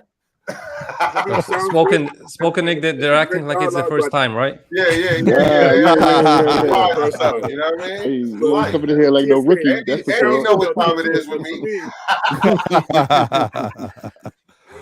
I appreciate you. Sounds good, but for me, it still means we need to replace someone in starting lineup. That's what it says to me, though. When you talk about complementary piece, it has to be a replacement because our star is going to play 35 minutes. Wiz, hold on. I'm sorry, Wiz. Right? Tell Corey Lee to get on. Tell Corey Lee to get on, Wiz. I would say, Wiz, just to elaborate on what you're saying, the weakest links that we have would be Grimes and Mitch. Grimes, not defensively, but offensively, he's not aggressive enough. He don't take a lot of shots and he wastes a lot of opportunities. And then defensive and not defensively for Mitch, but offensively, he begs for the ball. He cries on Twitter and Snapchat and MySpace or not MySpace, Instagram. But then when Randall's feeding him constantly, he act like he can't grab the ball. But then when he want to grab a rebound, he's snatching everything. So do you have good hands or don't you have good hands? I'm confused. You know what I mean? So what you saying? So you saying that Mitch can't grab no rebound? No, what I'm saying is those hands on rebound should correlate on offense, but you always in this I didn't expect it mode. Okay, I got you. I hear we going. Okay. For the ball if you never expect the ball. You're supposed to expect it when you least expect it. That's how it works. You know what I'm saying? That's fair. That's fair. But you know what? I will say that part of that's Tibbs. Tibbs. Tibbs. Hold on. Tibbs is the reason he can't grab the ball on offense? No, Tibbs is the reason Mitch ain't used to grabbing the ball because he's not a focal point of the offense. They don't run sets for him and get him involved. If you get him involved and run plays for Mitch, Mitch will expect. I agree with Ron. I do. I agree with Ron. No. Come on, Smoke. SK, I agree with Ron. That's Cap, though. You want me to just sit here and listen to Cap? Listen, hey, no. Look, I got one on. You need to grab one and get another one. Yeah, if you produce space for him, he's gonna do better. Better. Right? There's two sides to a basketball game, man. Offense and defense all day. Hold on, Cap, man. That was Cap because there's offense and defense. Hold on, Wiz. If you wait, 1 second, Wiz. 1 second. If you on offense, you should be expecting the ball at all times, no matter who has the ball in their hand. Period. Not in Tom Thibodeau's system. Come on, bro. It's not the system. When you playing defense, you playing defense. When you playing offense, you should be expecting the ball regardless, man. This is the same Mitchell Robinson who. Dude, this is the same Mitchell Robinson that worked every offseason. We see Mitch shooting threes, putting it between his legs, doing spin moves back behind the back, doing all types of stuff. We have yet to see him do that about one an isolated incident when nobody defending him or nothing, bro. That's not a game. That's not live action. That's I agree with you, but what I'm trying to tell you is that's the reason why Mitch be talking so much because Mitch be working and he don't get used. He be inciting he violence. Don't get used. I forgot what the number is, but I know D from D's World of Hoops had put up a stat about the least used big men in the league. Mitch was in that. He was one of the least used, least touches in the league for a big man. But because that's not only like the fact that he decided his hands was going to be terrible in the playoffs, but a lot of the times when he rolls, only person that started throwing it to him was RJ. He used to be quick, but the only person he rolls and he be open a lot, but nobody hit him when he rolling. You know, Brunson always like to drive down to the bottom of the key, damn near to the out of bounds line, and it's like, my man, like. So is Mitch a liability?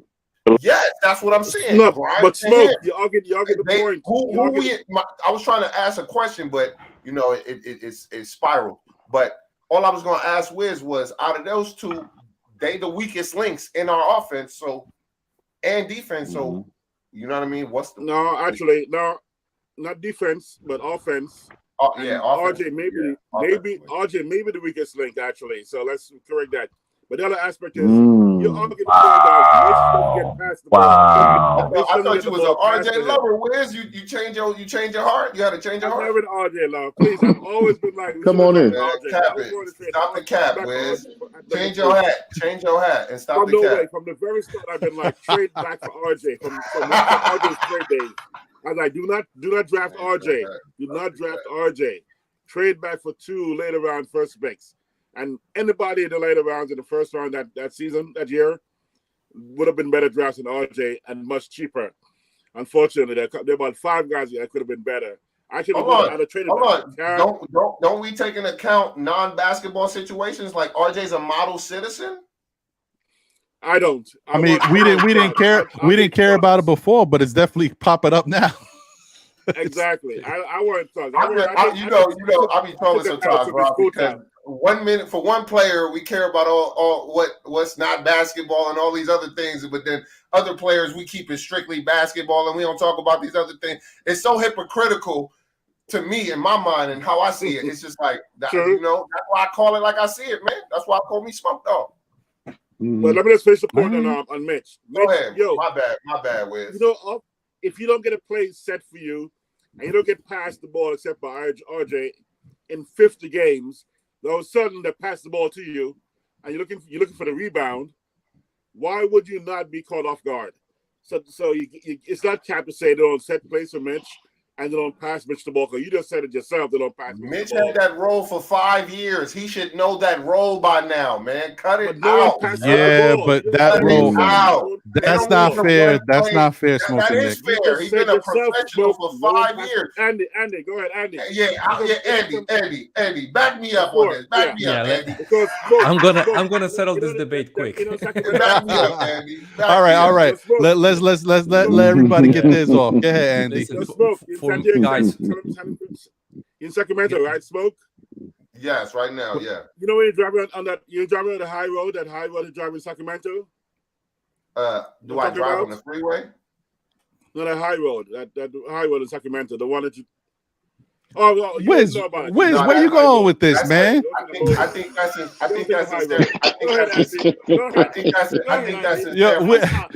I'm like, Wiz, I'm rocking with. I'm just. Where you taking me right now? Nah. I think he's talking about Death Valley.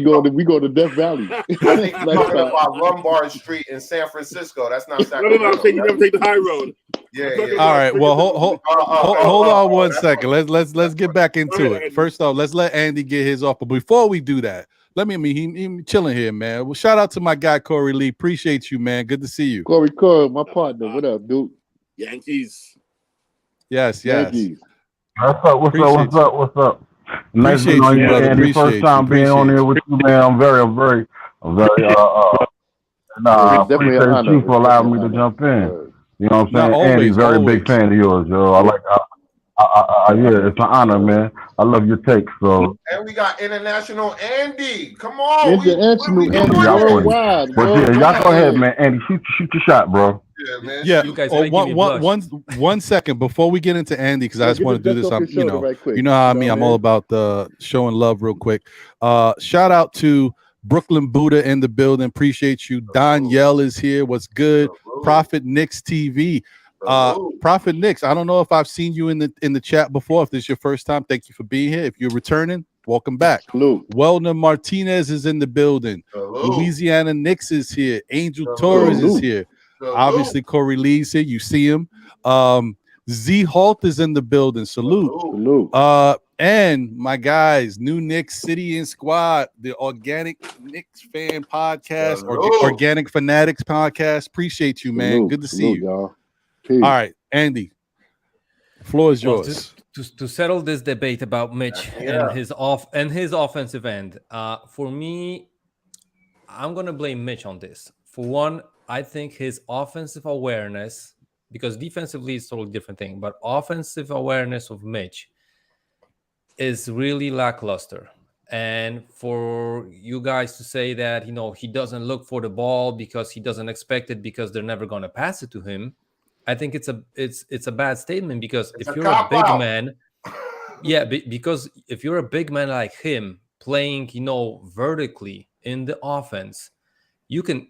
When did you guys see Mitch bring his hand up asking for the ball? Never. When did you see him pointing to the hoop to get an alley-oop pass?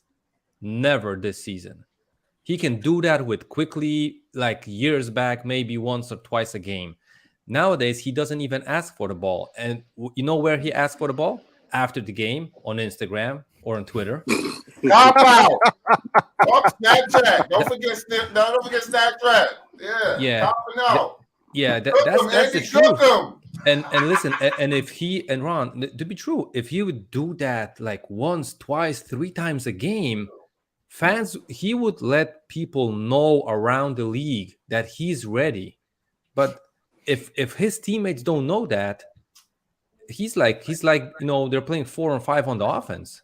So they know, and when they pass it to him, he always fumbles the ball. Correct.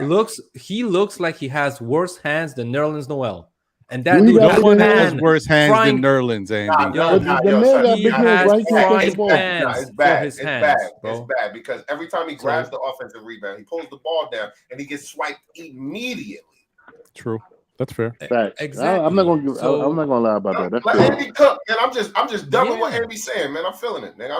So listen, if you got worse hands than Nerlens Noel, you ain't gonna get the ball. So you better ask it. So he just standing down, and so you can just put it down there, and that's all for me. So. He just standing down there, like, hey. I mean, look. If we're really looking at it, yes. You can't blame the coach for that, Ron. No, I'm gonna blame the coach, but what Andy's saying is true. I knew exactly what you was gonna go back to. That's why I got you. You can't blame the coach for him not expecting. What I'm gonna say real quick is that you guys are both sides are right. I feel like Tibbs doesn't respect anything Mitchell Robinson has to offer on the offensive end. Nothing. But if I'm Mitchell Robinson, I've said this before, and not even just about Mitch. I said this about other guys on the team. I think I mentioned it about Obi and other guys who weren't getting the ball or weren't. If you want the ball, then do what you need to do to get the ball in practice. Tell your teammates, tell your coach, listen, I want the rock. Show yourself to be open. Command the ball. Like, I'm here. Give me the ball. Post up. Like, you got to do certain things to show that they need to give you the ball.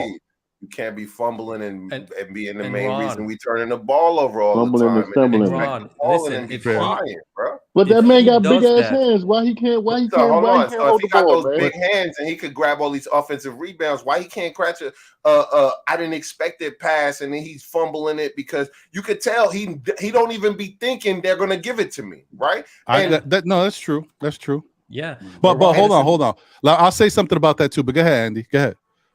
I was just gonna say that. Listen, if he just does, putting up the hand and asking for the ball, he puts the tennis ball in the other side of the court. Then we're gonna blame Tibbs. Then we're gonna blame his teammates. Now, why am I supposed to pass you the ball if you're always fumbling in it? No, that too. I ain't gonna pass fair, Andy. I agree with that. And Ron, this is the same thing you could say about Fournier, right? Why isn't Tibbs is using Fournier bad? Why isn't he running Ray Allen plays for him? Maybe he would make shots. Good point. You're gonna always blame the coach. Drop a bomb on international Andy, man. He's dropping fire. But the coach has only this and this amount of plays. And looking at the NBA, like 70% of the plays is gonna work. They're gonna make 40% of the plays that they run correctly and stuff like that. And the margin of error is really small. So you gotta trust the guys. And not everyone on the team, and not everyone on any other team, not only the Knicks, are able to create a certain position for themselves to be really effective on the offensive end. So if you think that, listen, I'm in Tibbs' head, and I'm gonna say to myself before the game, listen, we gotta run 5 times deep pick and roll so Mitch can catch the alley-oop. If that's going to be the game plan every time and he's going to make like 2 out of them, I'd rather, put the ball in Quentin Grimes' hands and make him shoot 5 threes. Fair. That's fair. That's as easy as it is. So, if Mitch isn't asking for the ball, I'm going to blame Mitch. If he's asking it and they're not giving him the ball, then I can say, listen, the teammates don't pass it to him. It's their fault. Right. I'm not going to, as I said, you guys are both right. Like in how Mitch's responsibility and where his game lies and what he's doing and what he's not doing. He's definitely not doing enough. True. I also feel that Tibbs does have a little something to do with it too, because I'm going to point to something else. You guys remember, cop out, bro. That's a cop out. Okay, I know you were going to say that, but you guys remember last year's team, right? When we had Kimba, we brought in Fournier, and they talked about in practice before we started playing preseason games, and Tibbs was talking about we want the guys to be able to stretch the floor, space the floor out, and they were talking to Nerlens Noel, and Nerlens was practicing shooting threes, right? Then when the season started, we actually saw Nerlens jacked one all season in 82 games. We've seen. Come on, we've man. seen Mitch That's not practice significant, shooting. Ron. That's a cop out. No. Let Ron, me say this. Out, bro. You saw Mitch. You saw Mitch in the offseason multiple times shooting threes, putting it between his legs. All this. When have you seen him even try to take a shot from the outside? I'm not. It's a part Mitch. But I'm just saying Mitch doesn't feel comfortable to even try to attempt it. And I'm not saying that, look, it's part Mitch, but I'm also feeling like Tibbs does not respect his offensive game. Look, does Mitch have bad hands? Yes. To be honest, your game is your game, right? Hold on, stop, Wiz. Let me, because I'm gonna turn my camera on so you can understand what I'm saying. Your game is your game. If that man was showing his this thing that you hypothetically talking about, and you think he should be getting more offensive opportunities. If he was showing that when he was playing against people, he would get those opportunities. He's not getting those opportunities because he's doing what you see in the games, probably in practice. So you wouldn't put your faith in a dude, regardless of what you got, they think their potential is, if they're not producing what you want them to produce. So it's just simple. Hold on, you just said it. Said it. Doing what they want you to do to produce. Wait, hold on, Wiz. Go ahead, he's Corey. not doing it. Hold on a second. No. Behind the scenes that we don't see, Corey. Hold on. He's showing them something behind the scenes that we don't see. So that's why they not putting their faith in him offensively, right? This is why it could be. It's not could be. It's factual. We watch the games. All right, let Corey get his off. Go ahead, Corey. My bad. Nah. See, my thing is, honestly, I'm putting this all in Tibbs' lap right here because Hartenstein, for an example, has a skill set offensively. Hartenstein has a skill set offensively.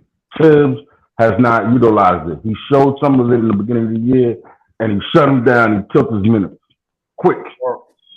Is that what happened? That's what happened. I don't think that's what happened, bro. I think that's the context you want to paint it in, but that's not what happened. No, come on now. I'll let you talk, bro. I didn't criticize what you came with.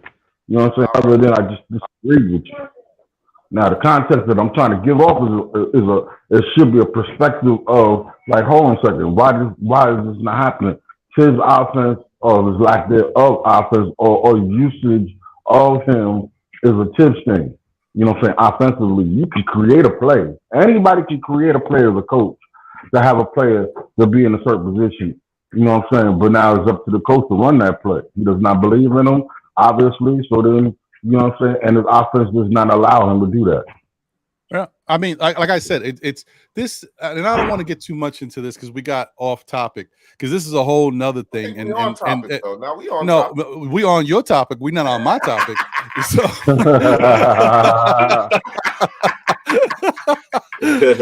go ahead, Andy. Go ahead. What were we gonna say? Yeah, I'm gonna try to wrap up this topic then.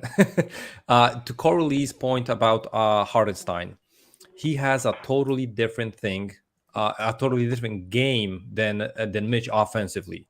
To use him more would mean that he's gonna get literally more minutes on the court than Mitch. If you see, they split the minutes basically. They literally split the minutes with Mitch in half, and he was clearly paid and played as the bench guy. In practices, probably he plays with the bench squad. He doesn't play with the starters. So it's hard to expect a backup center to get the whole team's offense ran through him. That's why, I kind of understand Tibbs in this situation. But to wrap this up, why we're blaming it on Mitch, not on Tibbs, Ron, is because Twitter 2 or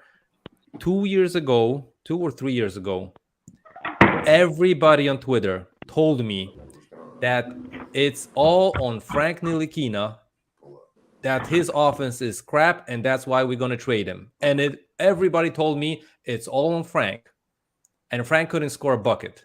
So if Mitch can't score a bucket on the offense, it's everything on Mitch. I don't care whatever anybody says. If you know how to score, you're going to be able to score in the NBA. Look if at Andy standing on it. Stand on it. And let's wrap this, up with Mitch. Okay, let me see, because I think I think D was trying to come in and say something about this. Okay, here we go. All right, let me get him back in here. Hey, sorry about that. Yeah, no, that's cool. Hey, man, I know you was trying to get in on this topic. But, yeah.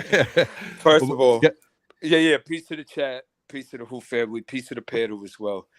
Y'all got me a little lit with this, and everybody's got the perspective. Love you. That's cool.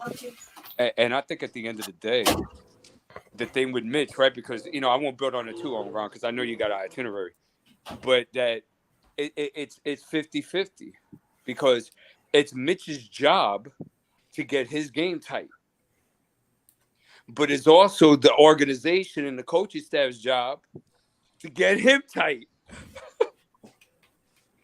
You can't be in your 5th year and you still mishandling the basketball. That is ball control. So how you in 5 years and you ain't got ball control? Correct, D. This is what I was saying. You can't blame that on coaching. That's called player development. And to be honest, we try to blame coaches for not developing players. That's will and skill. You got to want to develop yourself and want to obtain these things. It start with you before it even start with your coaches, man. Right. Okay, hold on, family. Hold on. I'm sorry. I'm sorry, D. Wait, hold on, Boulevard. Hold on. No, my bad. Let D get it off. No, I just want to say salute to y'all because I got to run and do something real quick. No doubt. Oh, okay. All right, brother. Yeah, I'm sorry. Appreciate you, bro. SK, D, Ron, W105, yo, boy, WBLS dude. Yeah, yo, Andy from Underground. Yeah, International Andy, man, all day. Yo, Wiz, my dude, man. Yo, Corey Lee, my partner. I see y'all tomorrow, but I got to do some running and whatnot. I'm glad to be on the panel with y'all. I will be back and I will return. Word? All right, brother. Appreciate you. Take it easy, man. Stay safe, brother. Yes, sir. I got you. Thank you, man. Love. So it's like, Nick, listen. When you come into a program, and Andy knows this very well, when you come into a program, we got a certain standard as to how we do things. So if you come into the program and you still can't catch the damn basketball in your 5th year, that's a Mitch issue. That's his camp issue. That's his off-season trainers issue, developer issue, and that is an organization and a coaching staff issue as well. And D, to put a plus on what you're saying, fam, like it's only his 5th year professional. He's been playing basketball since he was like 16 or 17. Right. And keep it real, that's only organized basketball. He probably been playing basketball his whole life. You still can't catch the basketball, my guy? Come on. At some point, we got to stop blaming everybody else for what some particular person can do. You know what I mean? This is basic. This is basic stuff. Yeah, I'm talking about specifically basketball with Mitch. You can't catch the basketball. How you expect opportunities? Okay, last take, Ron. Just last take. I agree. It don't even make sense. I agree. We all miss Mitch. Mitch got a lot of responsibility. I 50% agree. It's Mitch. I 70% agree, Smith. It's Tim faulty. Well, it's Yoshimoto, it's Tim Hardaway, it's also Harrington.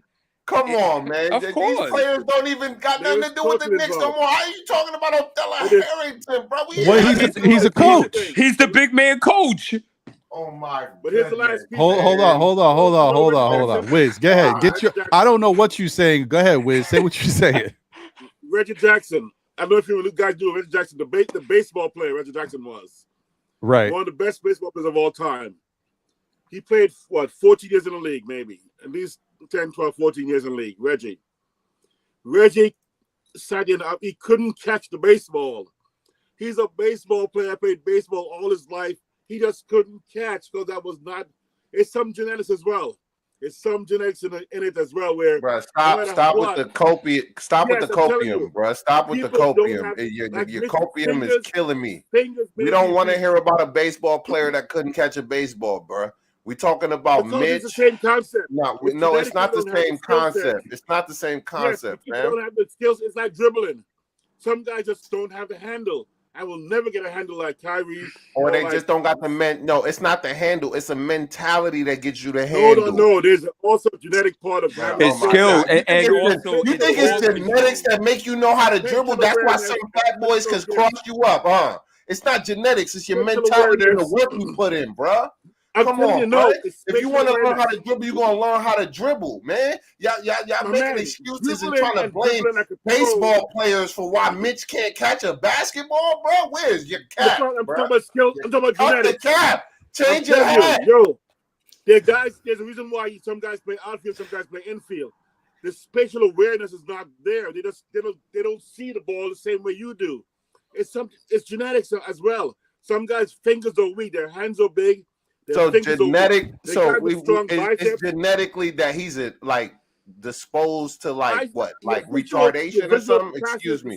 I have nothing against anybody. I'm just asking questions. I mean, I don't know if that got nothing to do with not catching the basketball. I don't know what that means. Genetics why Duke can't catch the basketball. Yeah, but hold on. Wait, hold on, Wiz. Hold on. I see you trying to get yours off, and I'm gonna let you speak. That don't have nothing to do with nothing, man. If you can't catch the basketball for whatever reason, you can't catch it. It got nothing to do with your. Yeah, I hear it. But let him say what he gotta say. It's a show for a reason. Everybody's entitled to speak. All right, man. My bad. Go ahead, Wiz. The term hand-eye coordination. It actually has been existing forever.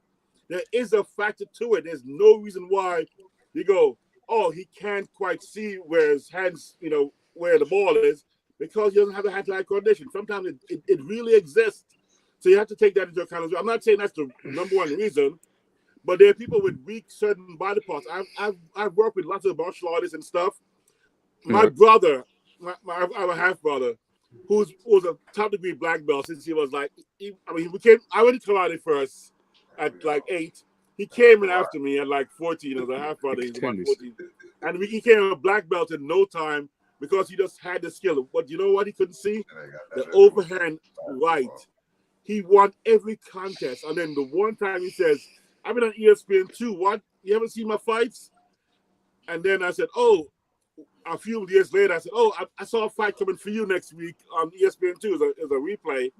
And he goes, don't watch that. What do you mean don't watch it? You win every fight. He goes, I didn't win that one. And then I watched the fight. He got hit 6 times in a minute with an overhand right because he just didn't have that visual capacity to see that part. There's something that blocked him visually. And this is a guy who won everything. He's 5'6", by the way. I mean, he and I don't look like brothers. Without blood brothers. I hear you. But Wiz. Yeah, you please stop him. What does hold on. Mitch catching the basketball? Wait, I got it, Ron. Hold on. Wiz, listen to me very quick, and we're going to be quick. Do you know that could be relative to Mitch's issue to not catching the basketball? I'm not saying it is. I'm just saying it's a possibility. I'm just throwing out 5 years or 10 years of playing basketball doesn't mean that you practice it and you're going to get it because you just practice it.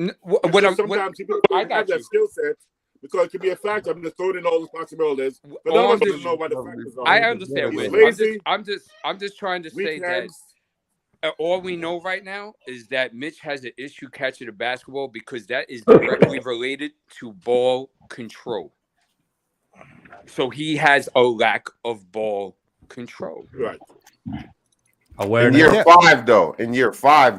Listen, I don't. All right, I'm gonna get to. Andy had something to say, and then I want to move on from this because I'm sick of talking about this already. I'm done. All right, it was a great topic, though. Ron. It wasn't my topic, though. Once again, I didn't bring this up, but what I will say is, I told you when I ask questions, it's spiral, man. I see. No, I know, but now I got to bring it back. I got to reel it back in. But I will say that. You know what I have noticed? This is, and you guys can think about this. You don't have to speak about it. I said you could think about it. Mitch's heads were not as bad as they are now. I feel like they've progressively gotten worse. Correct. Mitch used to catch lobs one-handed, two-hand, all types of stuff before. But I think, over time, now he's been in situations where he's getting the ball thrown to him a little bit more than he has in the past.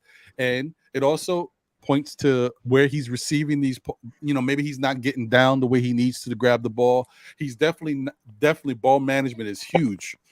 And if Julius Randle is throwing you a basketball, you're in trouble already. So you better have your hands right.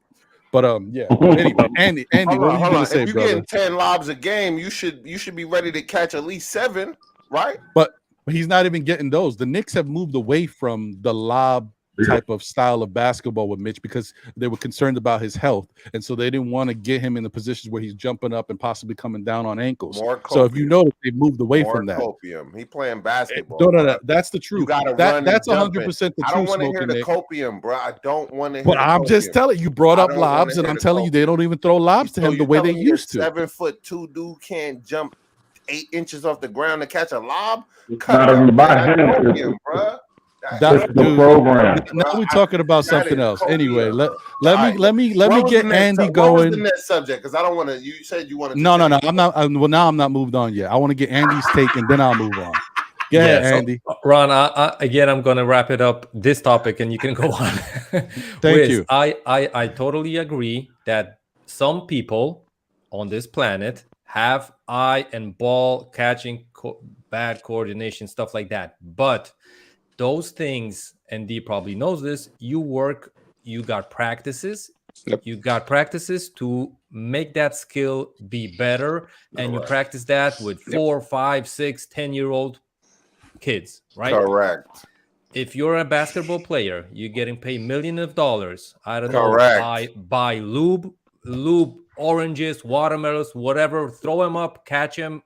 Work whatever practice you want to watch. Mr. Miyagi, do any kind of practice. Correct. To get this skill better, right? Correct. And if you can't work on this skill by yourself, don't get bothered that you're not getting the ball. Correct.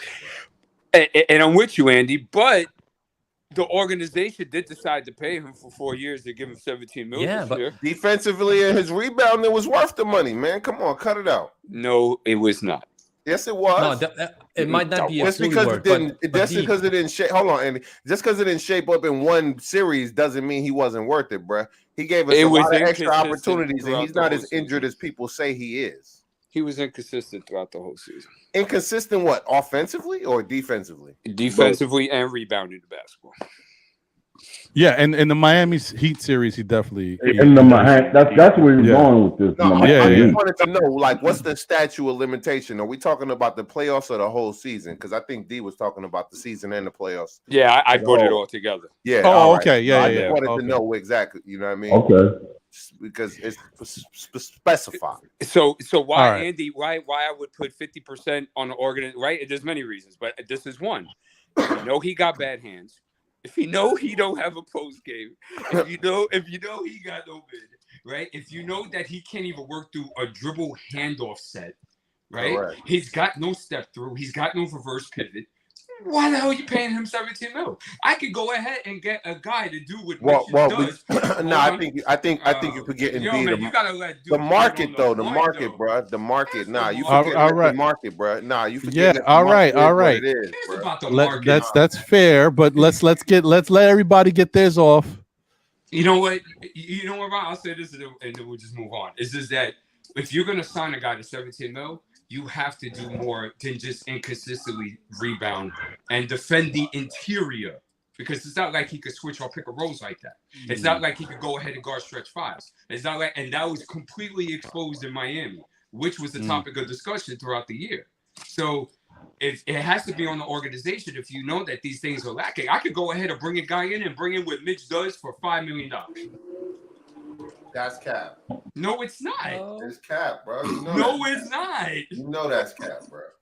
You know what, Ron? Go ahead, bro. Do your thing. All right, listen. The whole time destroying, smoking Nick on everything. All right. Look. Let's do this. Let's do this.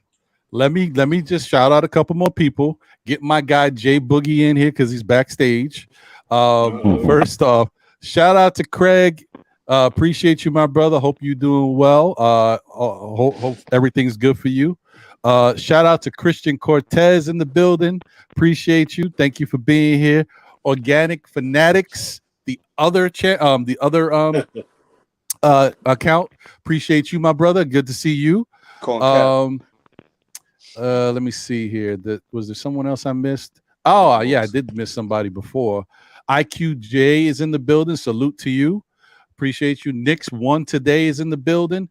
And let me not forget my guy, because I kind of glanced over him before. Deshaun Wilson in the building. Appreciate you, my brother. Always good to see you.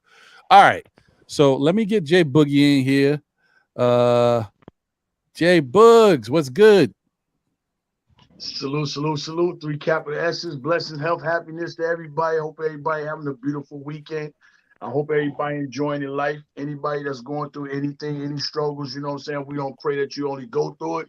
We pray that you also get to it.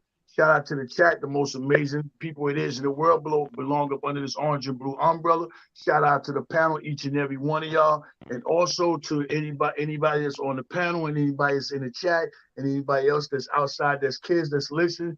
I'd like to say congratulations to all the graduates. I don't care if you graduated from daycare, kindergarten, public school, junior high, going to high school, wherever you graduated from. We saluting you, you know what I'm saying? And even when you graduate from high school, it doesn't stop there. Just know you must continue on pressing on. You're all your own roadblocks. And congratulations to everybody that's graduating for any type colleges. Go ahead and use that degree, whatever you accomplished during that period of time of schooling in the upper grades. Make sure you use that degree to your fullest, you know what I'm saying? Because you earned it, you put all your hard work into those at least 12 years in high school, 14 years with the college, and maybe 16 years of schooling if you went 4 years. So I just want to throw that out, man. How y'all gentlemen doing, man? I'm doing great. How you doing, brother? How you doing, Jay Bud? I'm glad you put me onto that series, fam. Real quick, that Respect Life. I've been watching it, bro. I'm damn near almost to season 3, bro. Okay. Oh wow, are you? Hey, listen. Hey, facts. As I always say, if you can't respect anything, respect life. I used to always clown like that because my boy is one of the people on Respect Life. I don't. Yo, I like that show, bro. Jay Boogie put me onto it. You know what I mean? Respectfully, the other day. But like I've been watching it constantly, even at work, where I mean doing things I ain't supposed to be doing. You know how it is, but that's Gamo's Gamo's show, man. He put me onto that, so I can't take credit for, you know what I'm saying? But I gotta I'm just giving you praise for putting me on. You know what I mean? Regardless. I just always like when somebody does something for me or somebody else says something and I repeat it. I like to always make sure I say this person said it, or I like to say that this person put me on to it. So therefore, I don't get credit of things like as if I brought it up. Too much of that be going on in the community. No. That's not what I was insinuating. No, I'm just speaking in general. Just, you know, when you speak of certain things and people say certain things and you know they hit home, you know, get them people they props and, you know what I'm saying, for what they said or what they mentioned in their own pocket. If Andy say something wicked and it hit my dome, I'm gonna go somewhere and I might repeat it and I'm gonna let it be known Andy did it. Go Yoda for all y'all gentlemen. D, you Smoking Nick, anybody, just let somebody know that them people, saying they came up with that, man. But what's going on? We getting closer to the close, to the situations to handle with the Knicks. Y'all jumping in, what y'all talking about, man? Well, we're about to talk about and once again, let me just because you brought up Respect Life, shout out to all the creators of Respect Life and all the cast members. Like I said, my boy A1 was on the show, and he also brought a bunch of different people to the show from my neighborhood growing up that they got an opportunity to be on the show. But definitely shout out to Boom P, the creator of the show, who recently passed. But he did some really good work and put together a phenomenal project on YouTube. One of it, very, very special thing that, not many people were able to do something like that on YouTube. So shout out to him. Okay. Soldiers of God in the building. I appreciate you. Good to see you. Thank you for tuning in and rocking with us. And also, I want to give a shout out to Ed Winning in the building. I see you, Ed Winning. Thank you for being here and rocking with us. All right. So now back to regularly scheduled program. And I want you guys to think about this for a second, because, it came to my attention that, and I was kind of surprised, he was off the radar for a minute, but now he's back. Kai Soto is coming into Knick camp. He's coming into Knick camp, man, and he's going to be with the Knicks from the 12th to the 14th, working out with them. I honestly hope that the Knicks give him a good look, a fair shot to possibly, be on the Summer League roster so that we can take a closer look at him. I think he's the type of guy that could help the team. He has that stretch type of game. Is he still working on things? He's a young player. There's still some things he's got to learn, definitely, without question. Does he have abilities? Yes. If you play him the right way, can you get something out of him that can benefit you? I think so. And I think that, this is an opportunity for the Knicks to really take a good look at him. And if he gets on that Summer League roster, I'll be ecstatic. As you can see, and I'm going to give you some more information about this. So when you look at the numbers, don't get shell-shocked. Just let's take a look real quick. Kai Soto, 6.8 points per game, 4.5 rebounds, 0.4 assists, 0.1 steals, 0.8 blocks, 51.4% from the field, 22% from three, 70% from the free throw line. Now, I know you guys be like, oh, this guy's coming in, he's 7'3" or whatever. I'm not blown away by these numbers. This doesn't really, make me get excited. I don't know if we should even worry about this dude. This is what I will tell you. He's still a very young player. He plays in the Adelaide team, right? And these overseas teams play players a certain way, right? You don't get used the way you would think a player gets used. He plays 12.9 minutes per game. He only attempts 5.3 shot attempts per game. So when you see those 6.8 points, that's not bad. It's just he don't shoot a lot and he don't play a lot. So it's just something to consider. Like, you might catch lightning in a bottle depending on how he's used. You'd be surprised. You just never know. I just wanted to put that out there and see what you guys think. Thoughts on possibly Kai Soto and how he might be somebody that, Knicks might invite to Summer League. Start with you, Andy. Well, for me, he's a really big question mark. Those numbers don't look really promising. It's hard to judge because, like you said, the game overseas is totally different. Like you said, they use him totally different. Question is, if he's getting used like that out of the NBA, is he gonna get a bigger role in the NBA? Probably not. I think that he might get into an NBA team, an NBA roster this year because, like we know, Philippines as a country, they love basketball. Eric Spoelstra, one of the best coaches in the world, he's Philippine from the Philippines, and we know that the potential of getting earnings higher for your team is huge if you draft a guy like Kai Soto. And there will be teams eager to get those couple of $1 million on the books just for that. And I think that's a huge disadvantage for him because he probably is going to get not a fair shot in the league just because of that. But also, like we said previously about Mitch, I think it's also on him. If he doesn't have the skill set, doesn't have the abilities, I don't think shooting for the NBA is the best way for him. But there were players from around the world that wanted to get to the NBA, and that settled them for life. And I think this might be one of the situations. Okay. Okay. Wiz, what's your thoughts on Kai Soto? I'm here brief. Saw some highlights of his game. I think it's a nice undrafted free agent shot, possibly G League development. But I think he's 2 years away from actually being a nice stretch five for somebody. That would be, well, again, I'm looking at second string, 10 minutes a game. It's basically what he's playing right now, in his international league. But I like his game. Actually, I would give him a shot because it's a cheap risk, low risk, decent reward. I wouldn't say high reward, but decent reward. So I'm the kind of guy who makes investments like that, the Warren Buffett type investments that pays off gradually, not like a big jump off. So I'll give him a shot, man. For the Knicks, we have space. Let's do it. Okay. All right. D.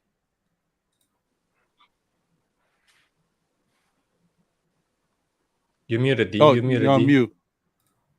Yeah, my bad. Okay. So, Kai. Kai's role diminished this year. He did. Yeah. He actually had a larger role in the NBDL last year. Yeah. He's got a long way to go with his footwork. He's got particular skills at that size that could be appealing in this modern NBA, and that's why he's being looked at. He was actually being looked at last year. He went to a lot of team camps and stuff like that. I think the next step for him is going to be, he might go undrafted again, but the next step for him is going to be joining a summer league team and being able to show his talent there and see out of that crop of players there if he's able to belong, on a 15, 16-man. Well, now this year, and people always forget, it's actually an 18-man roster this year. They're actually adding 3 players because they're adding 2 more two-ways. That's right. Right. That's right. So there could be room for a guy like Kai Soto. And somebody might say, well, I'll pick him up.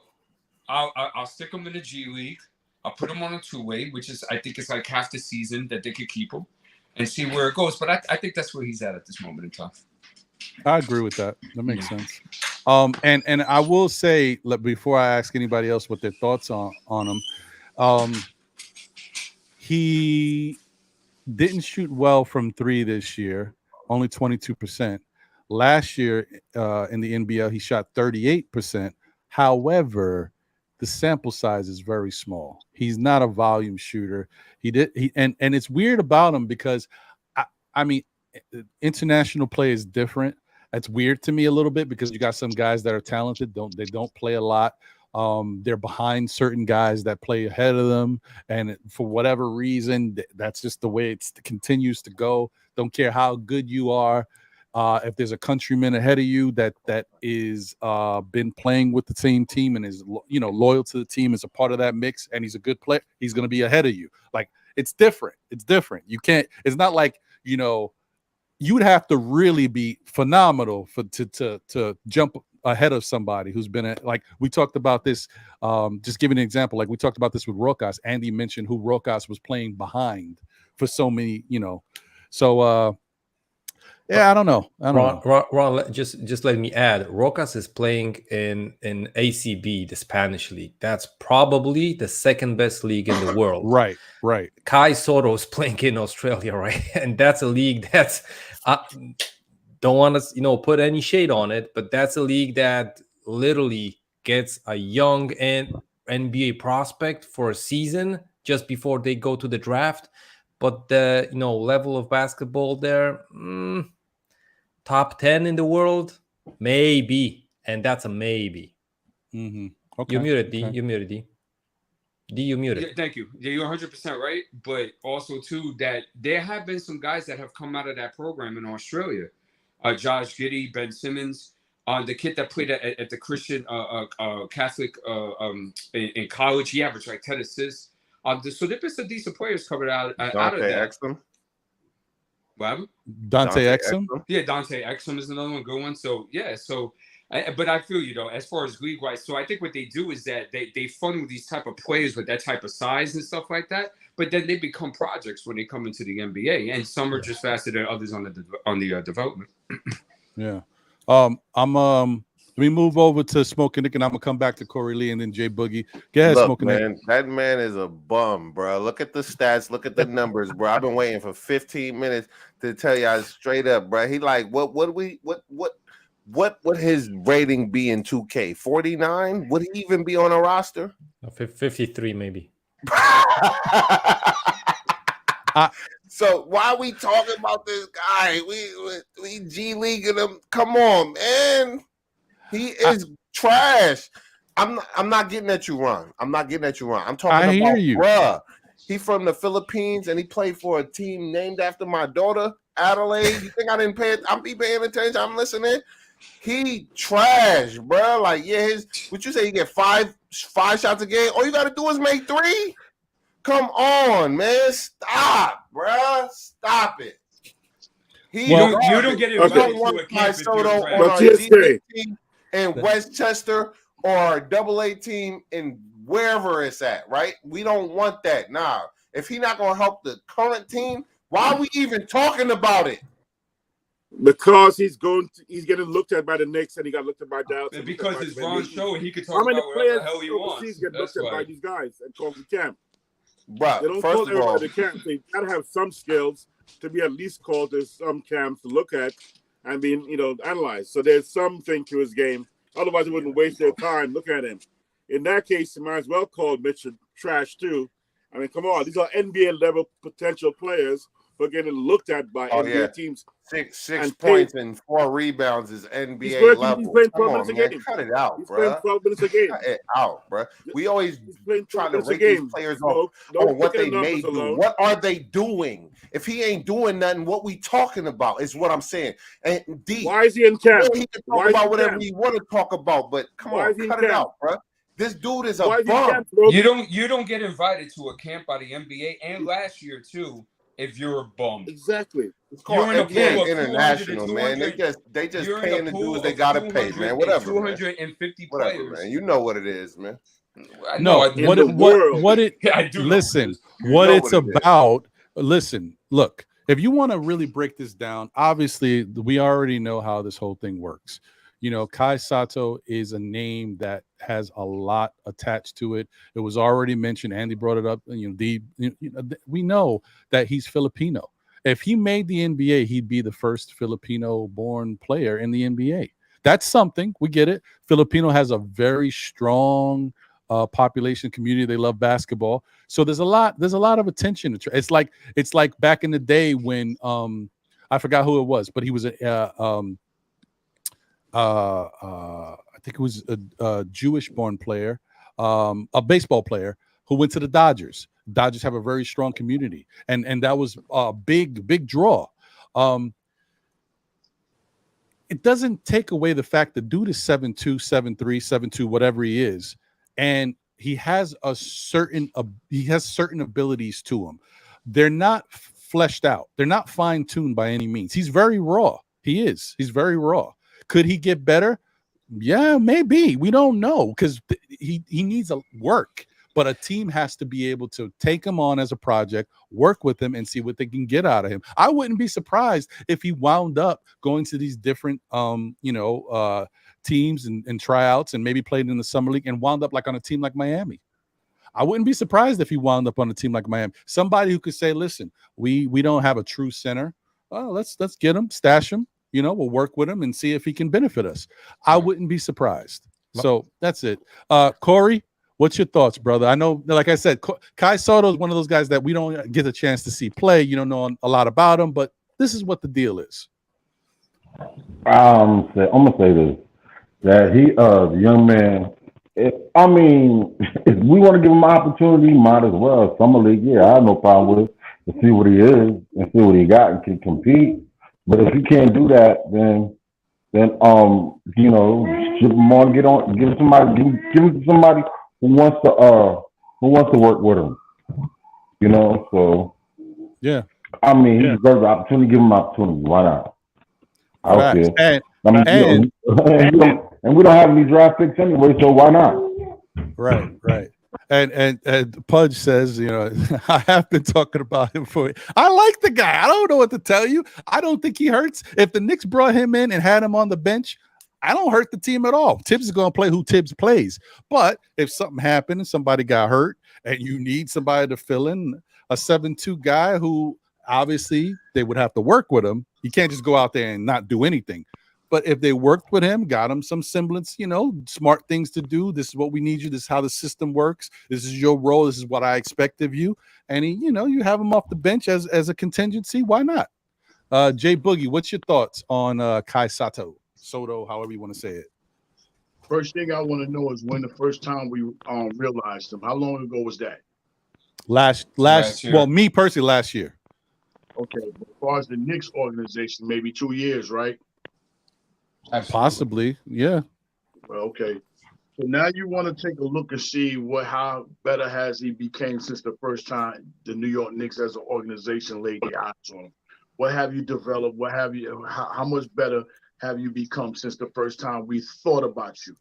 Second thing is one, it's a good story.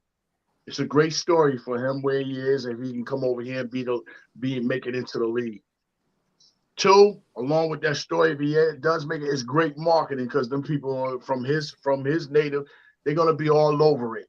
And one thing about us as an organization is all about a dollar. So, but the most important thing is you have to be.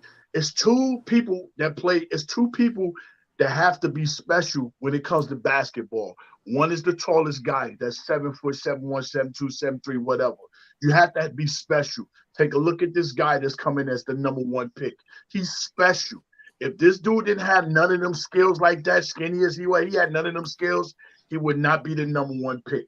The second dude is the smallest guy. He has to have special skills because nowadays you got guys that are 6'7", 6'8", and 7 foot that can do the things as a small guy. So what specialness does he have? He doesn't have nothing special going along with himself, but I get it. We don't have no draft picks. I don't mind bringing him over here, giving him a look, even if we giving him a look, you know what I'm saying, to ship him off with somebody else that might feel like a little bit better. But my thing is, if you're putting out those type numbers and those type of stats against your own people, what type of numbers and stats do you think you're going to put up against over here? How long is it going to take you to develop? How long is it going to take for you to reach, you know what I'm saying, a potential of your game, you know what I'm saying? With the game that we're in right now today is moving so fast. It's constantly at a fast pace. It's wide open, So how much longer will it take for this guy, you know what I'm saying, to get it, understand it, develop it and everything, you know what I'm saying, to make himself, a good contender on making it into the NBA and then getting on somebody's roster? Those questions that I don't know. But, like I said, we got a summer league, it's nothing wrong with giving him a look, you know what I'm saying? But the guy is way off far as what the basketball says this year. Just take a look at the National College Player of the Year. He took himself back to college. He didn't take himself back to college because he might be falling out of the draft. It's not a game plan for him in the league. So they have a word. You get the word on what the NBA look for, what they want, or if people really looking at it. So dude took himself back to college. You know what I'm saying? He was College Player of the Year. Now is this guy that we talk about, is he anywhere on this guy from Purdue's level? No, he's not. He's not. He had the skill sets and nothing what this guy does. But this guy said, I don't have it for the NBA. I'm not ready for the NBA. Somebody nobody was looking at this guy. Because there's no way in the world you just drop out of it and go back to college. If that big, that tall, with skill sets. So, I hope the guy makes it somewhere. Maybe he could do something amazing for us. I don't know, but I don't think he's nowhere near ready playing for this league. And it'll be a great story and a great and a great marketing scheme for the New York Knicks. All right. Here, by the way, let's throw one thing out there. Stat-wise and minutes-wise and international league, etc. There's a cat who played on Shanghai Sharks, right? Shanghai Sharks. Nobody knows about that team, right? He probably averaged about 10 minutes a game, 6 points a game, 70% foul shooter. Very similar stats to Soto right now, or Sotto. That guy got a break. The NBA picked him up. He played a little bit of ball. I don't know if you guys know. His name was Yao Ming. I don't know if you heard about it. Yeah, that guy, I'm just saying. You never quite know till you give a guy a shot. I'm just saying. If you ever heard about Yao Ming, same stats in Shanghai, China, as Soto did. First Olympics, similar. So I'm just throwing it out there that guy had similar stats in the international league. And on his Olympic team, his first time, he averaged about 10 minutes a game. So maybe 20 minutes a game, I mean. So I'm just saying. Wiz, it's funny you went there because I was going to go there and just in a different lane and say, like, and Andy would know very well, there's guys that come to the NBA from Europe that had diminished roles on the team that they put right because they were playing within the system. They would take a seniority type of over vets and stuff of that nature, and they came in the league averaging 5.8. Talk about 2.0 assists, and then they come to the league and they explode because they have the ball more, they have a bigger opportunity, stuff of that nature. I'm not saying Kai Soto was one of those guys, but I'm saying that the possible that I wouldn't use this stats to use it because there's a lot of European players that have come that have had similar stats like that and have been very prolific in the NBA.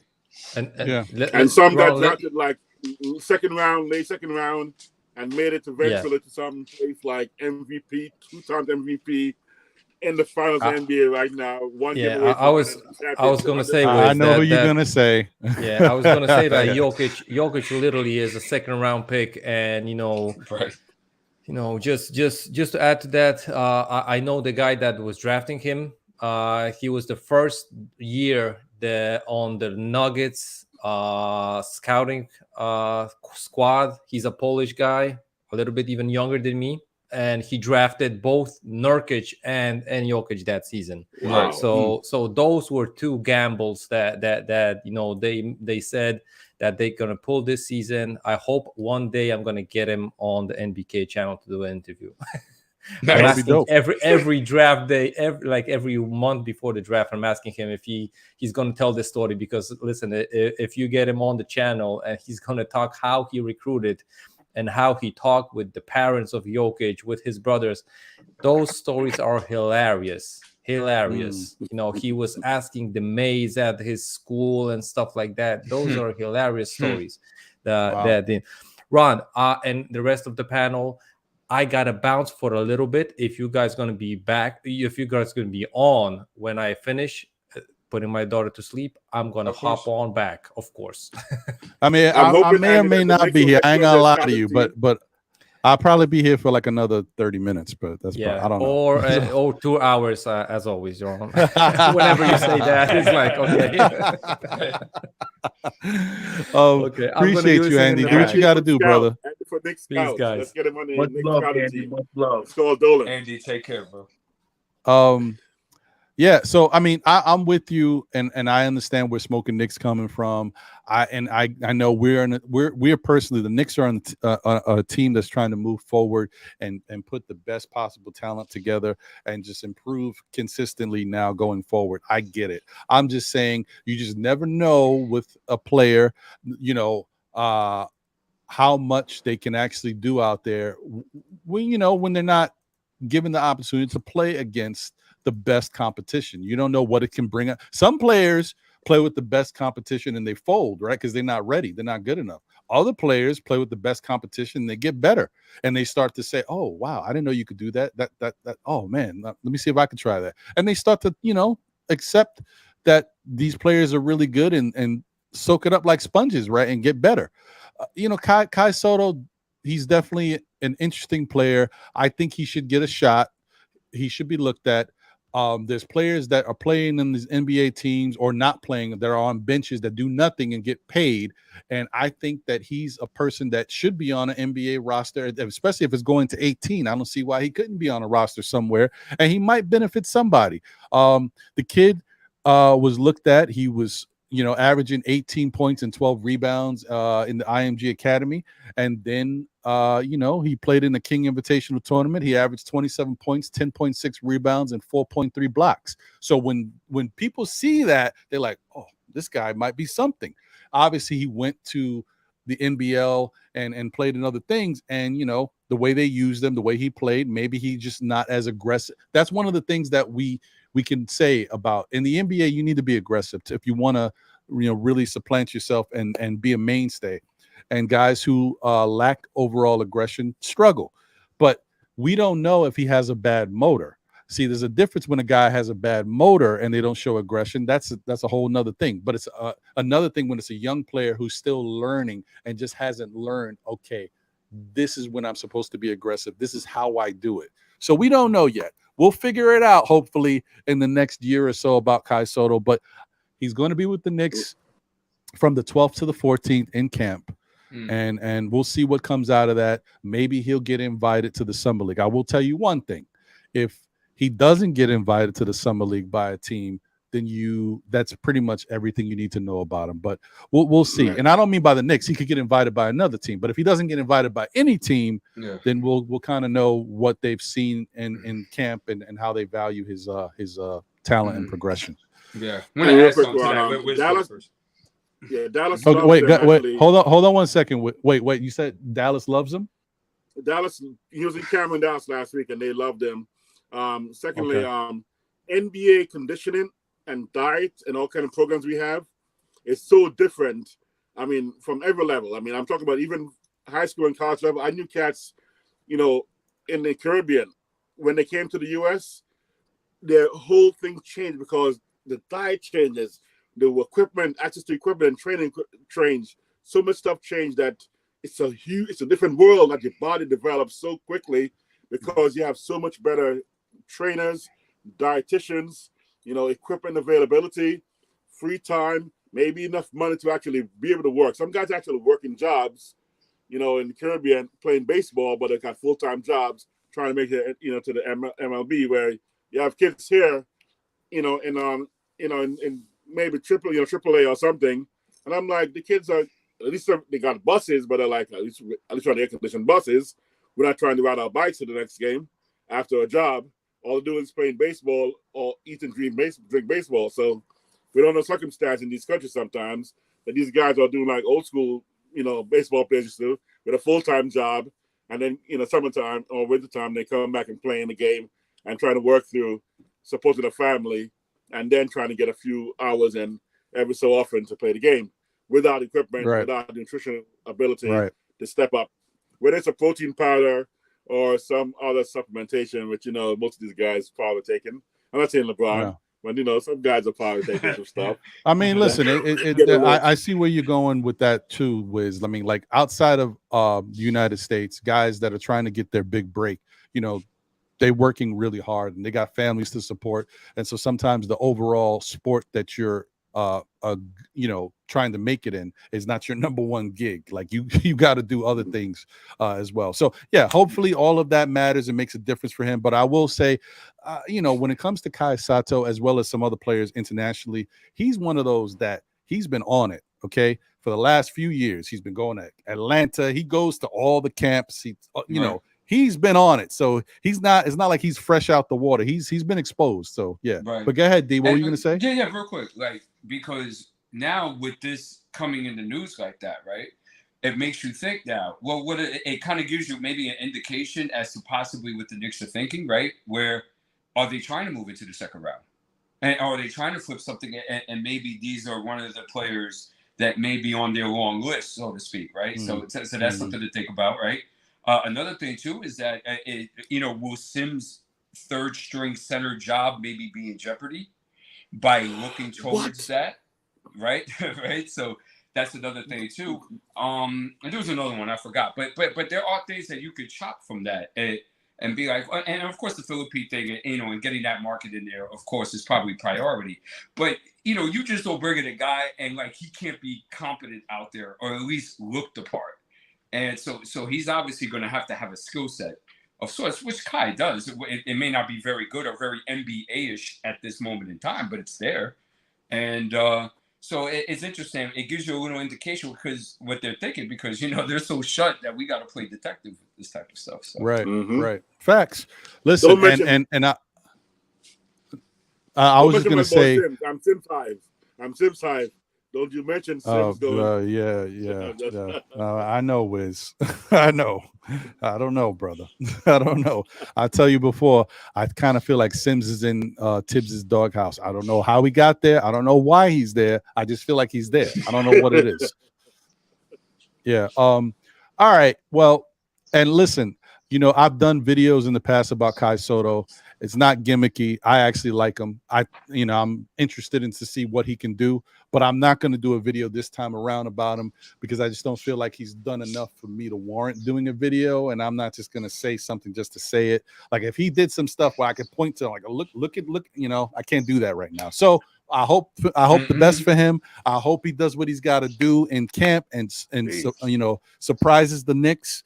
And we'll see what happens. But no, I would say, Ron, keep your ear to the street because if our teams are interested in him in that late second round, you gonna do nice on that. Maybe so. We'll see. But I got to see what happens first. I appreciate y'all having me, man. I gotta go.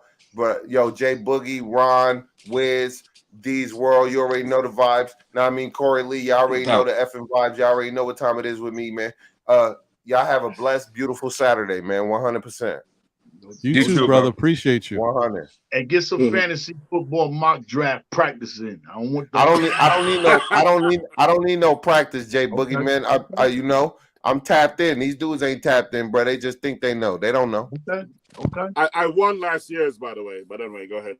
Hey, listen, I won mine last year too, but I ain't joined Jay Boogie's because I'm broke. You're scared.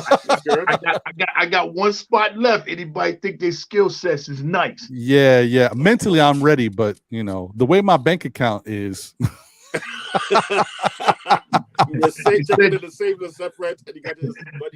They say it's tight in that account because they know more is room. You got money filling up all the gaps. Yeah. That's because I'm siphoning it off from the people with the real money. But anyway, now. Wiz, I'm gonna get your information, man. See if you rocking, man.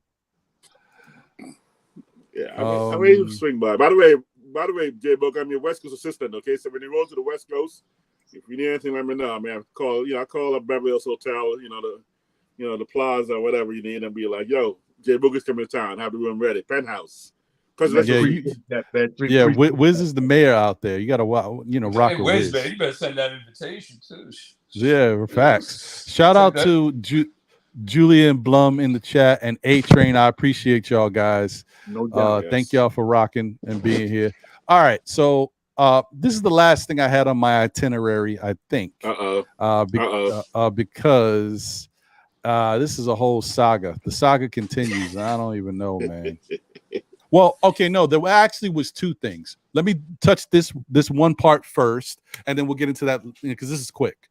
So, because we already kind of talked about him, I like him as a player.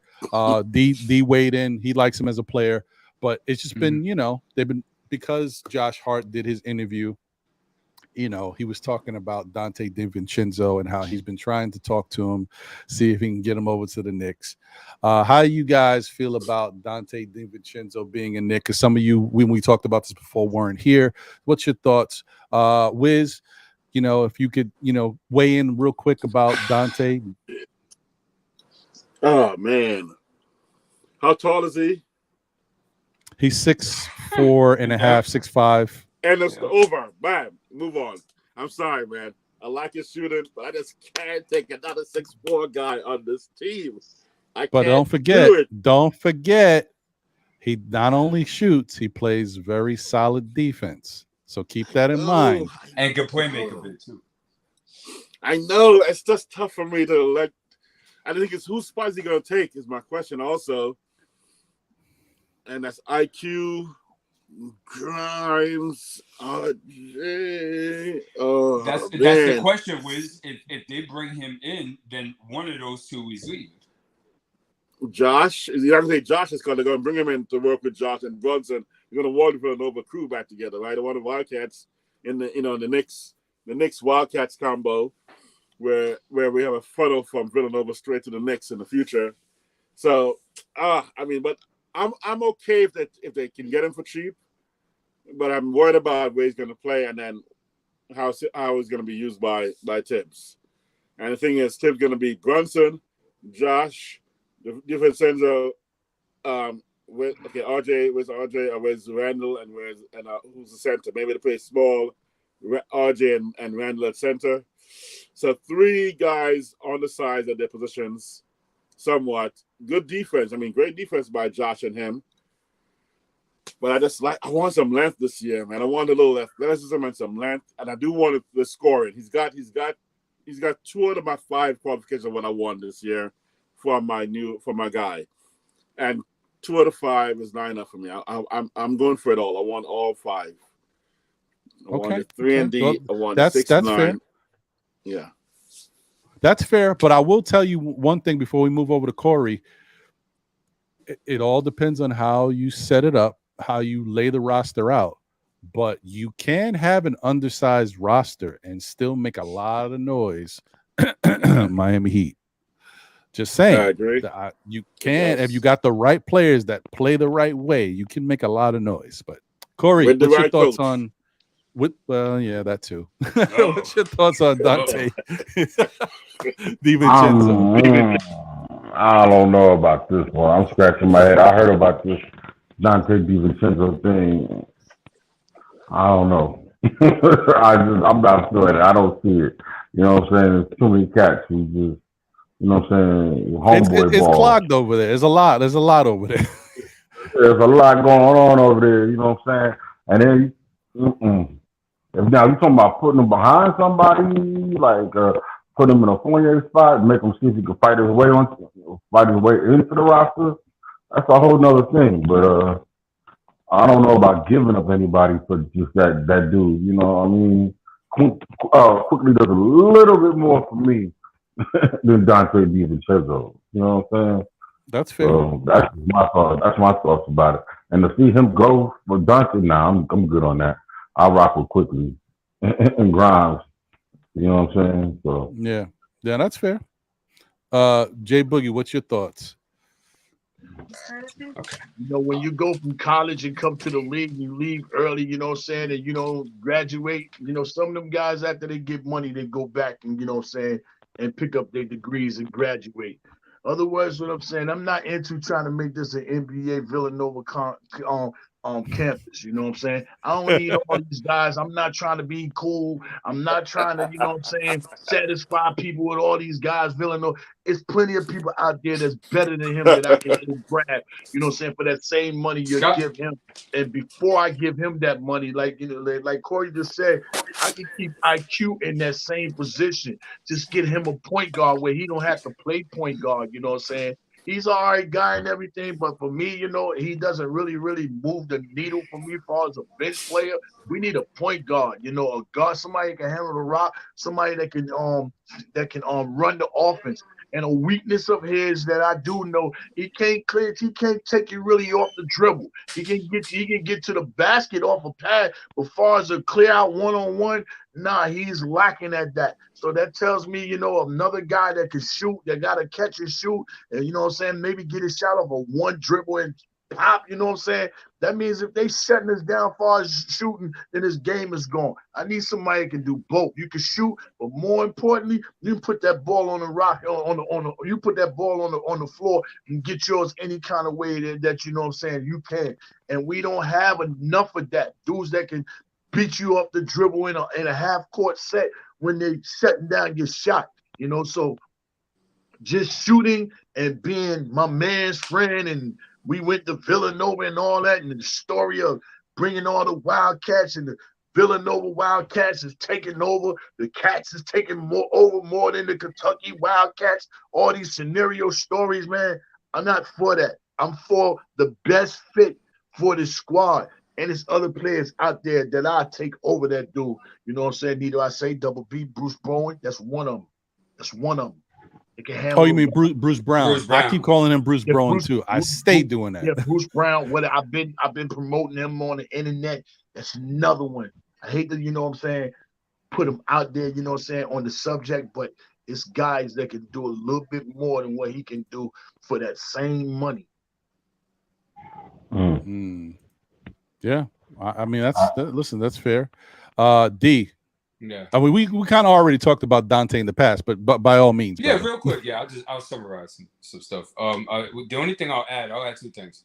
One is, it'll be interesting if Jalen, Josh, they're trying to get a Villanova type of culture there. That's interesting to watch out for. You know, another thing too is that, you know, the New York Knicks, they puzzle me sometimes. I feel like some Charlie and the Chocolate Factory type of vibes, where, you know, why do we keep on with this Oompa Loompa type of thing? Look, listen, 40 years in the, my bad, I'm lying, 50 years in the NBA, the average height has been between 6'6" and 6'7". So I like Donte as a player. Donte can ball. You know what I'm saying? Donte is a pit bull on defense. He can play make a little bit. He could definitely stretch the floor, right? He's built like a fullback, right? So he could go ahead and bash in the paint and stuff like that and be able to cut off guys off the perimeter and stuff. So he's definitely skilled. It's a matter of fit. It's a matter of, well, okay, if you bring it in, cool, if you want to start your little Villanova stuff. But, you know, what does that mean with IQ? What does that mean with Quentin Grimes? Quentin Grimes is in his third year. And I would say technically his second year because he didn't really play a lot his first year. So you're looking at a second, third year guy. You want to see what he has. You want to see what he got. And especially that he played pivotal minutes last year and started most of the season. I'm talking about Quentin Grimes here. So, and then you ended up putting him back in the starting lineup. So, you know, there are things that have to be worked out. But I think what it is trying to tell us is that they are trying to recruit guys to come in that are similar in mind state because they are developed in that culture. So there's something to definitely watch out for. But I mean, to pick them up, it's not a bad pickup. It's just a matter of, okay, if you're adding, who you subtracting, and that's something that, you know, we'll see what they do with that if they do decide that. Hey, one thing real quick to add on to that. Was you finished, D? Yeah, I'm all good. Go ahead, Jay. Okay. Yeah. You know, that's great that them guys is recruiting. But if you come in my office and I'm Leon and I'm sitting there and you come in here telling me about D, I'll be like, yeah, okay. But is Bridges over there say he forcing his way out? Tell me that. See, I know that shit. Right. You calling, you talking to them. You ain't bringing me and talking to me about them. You know what I'm saying? It's Villanova wild. It's getting ready to come to a break. You know what I mean? So, but yeah, man. And then I see the lane, and I'm gonna rebuttal and go back a year ago when we first got Brunson. I'm gonna say it again. Don't be surprised when the time comes. Jay Wright is here. I said it a year soon. I was just about to say that. I said it a year ago on pretty much everybody's podcast. Don't be surprised if they continue on rocking and following that Villanova way. You know what I mean? But you know, I think Tom is solidified right here where he at. He's done a great job, and you can't bring nobody else in his position right now that pretty much that wasn't, you know what I'm saying, secured, you know, in a coaching situation that it could have came and done what Tom did with the least amount of things that he had on his sideline, you know. But yeah, man, that's about it, man. Yeah, man. I mean, listen, that makes sense. I mean, you never know what direction they're going to lean towards, and the way they go and the way they keep scouting or praising these Villanova cats. I wouldn't be surprised if they look at Jay Wright. So it's not far fetched at all. It's fair. And here's the thing with Mikal, real quick, is that the Nets got back Mikal and Cam for KD. You see, so those are their prized possessions in that trade exchange. So it's going to be very, very, very, very difficult to go ahead and string any of them from the Brooklyn Nets because that's what they got going post Durant, and they played very, very well. And, you know, Mikal showed that he could play with the ball in his hand because his usage went up. He's working through the pick and roll and stuff like that. And Cam Johnson's usage went up, and he especially played well in the playoffs. So You know, and I hear what you're saying, like to get Macau and stuff like that, but may not be no door to enter if the Brooklyn like, listen, man, this is what we got back from KD, bro. So we gonna keep this, and I don't think we have the assets to facilitate anything to make the Nets think otherwise. You're right. That's the thing. That's just part of my dream list. I'm dreaming. I'm with you on that, Jay Boogie. That's been a part of my list too. And I said before, if we want Mikal Bridges, the Knicks gonna have to overpay, and it's gonna be something terrible. You're gonna be like, oh no, that'll be horrible. But I don't see how they would get him any other way. But hey, listen, going back to Jalen Brunson is playing for Team USA. Mikal Bridges will be on Team USA. Let's get to talking. That's what I'm talking about. That's the relationships and the tampering I want to see. Let's get it cracking.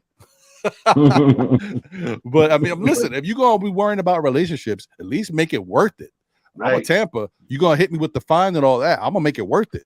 Right. So yeah. But anyway, so let me get to the last topic. This is one that I'm like, I don't even know, man. Come on, man. Not again. Not again. I spent like 2 months about this. Not again. Uh-oh. Donovan Mitchell again, man. Donovan Mitchell again, folks. This dude here.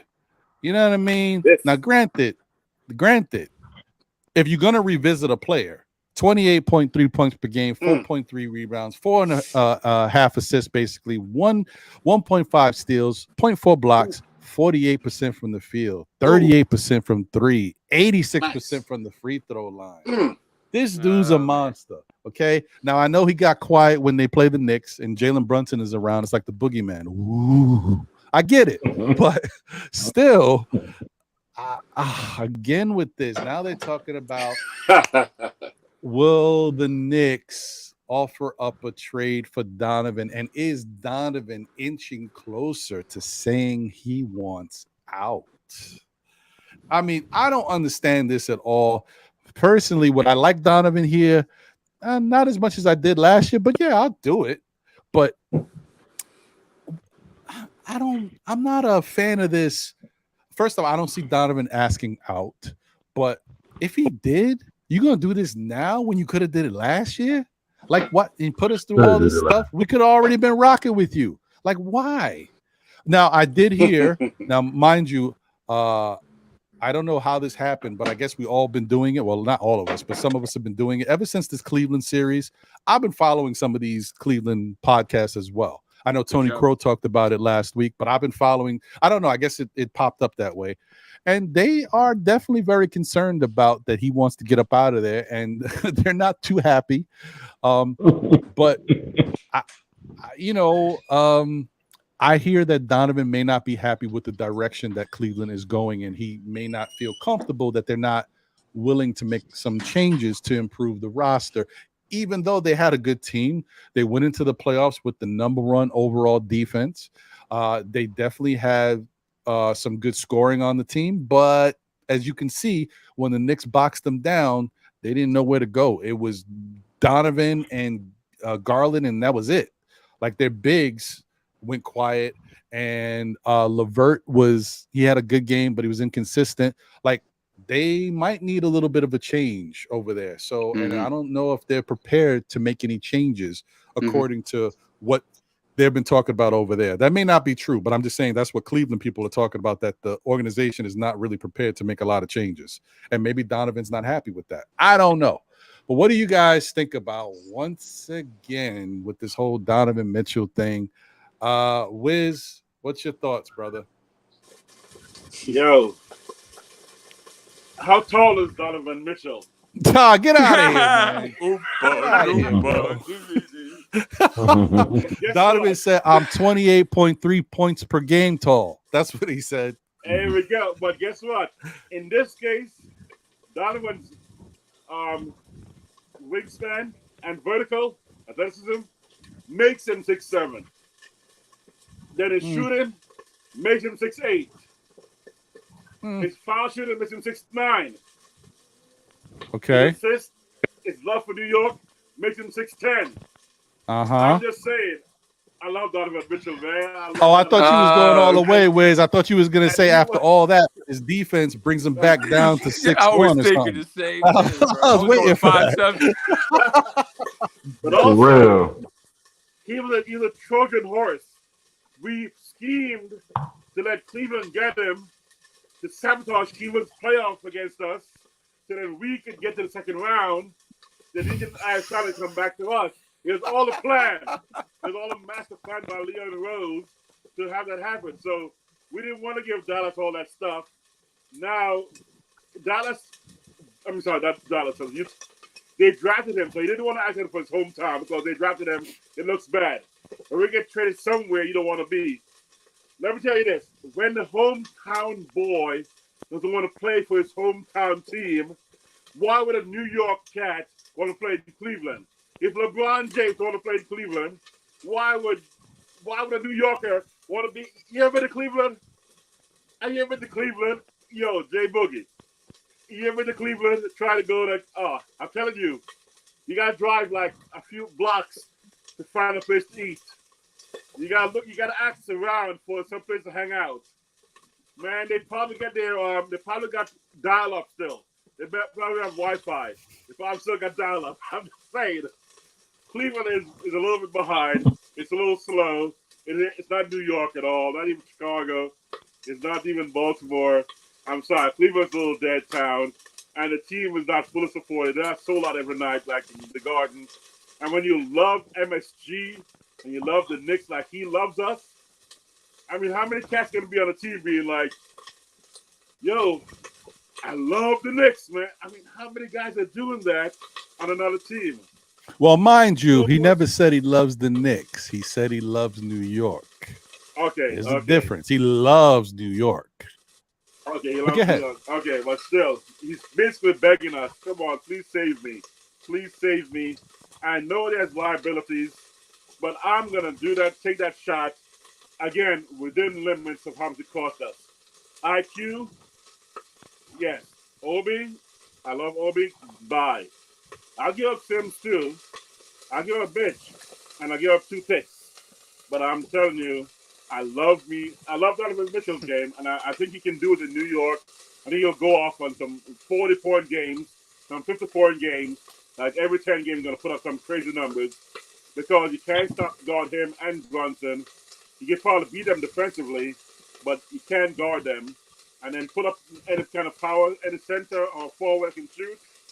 It's over. That's all I got to say. Not how tall is he? He's 6'10" in my eyes. Okay. All right. I mean, listen, you like the guy. I'm with you.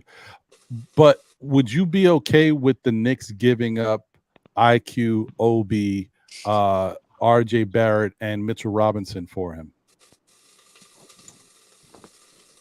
Because it's going to take something like that to get him. How much is he making? I'll do that. Let me tell you. I'll tell you right now. Hold on. I think you overpaid him.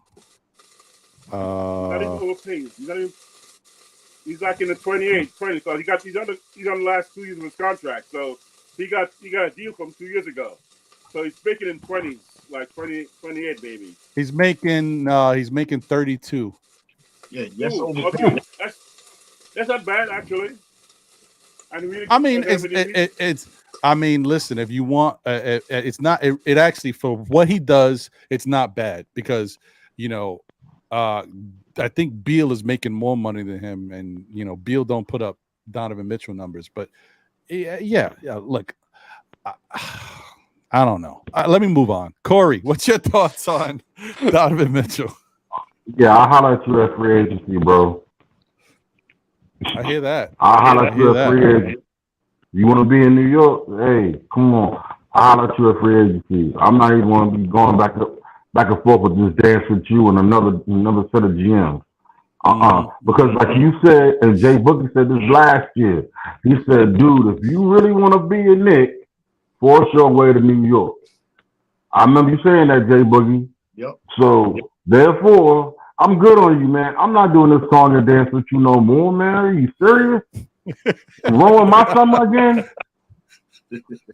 Get out of here, dude. And I'm being nice about it because I really want to get the out of here. You know what I'm saying? Come on, man. Beat it, bro. I'll holler at you a free agency. You want to be here. Peace. Yeah. I'm with you on that. Jay. Well, first off, Wiz. What you cook? Wiz. Putting up the spatula and everything. I see the apron around, tied up around your neck and everything. What you cooking? Listen, get off mute, man. We're trying to find what you cooking, what you burning, what you. I'm doing salmon, grilling salmon. Oh. You know, browning it first. I'm gonna grill salmon.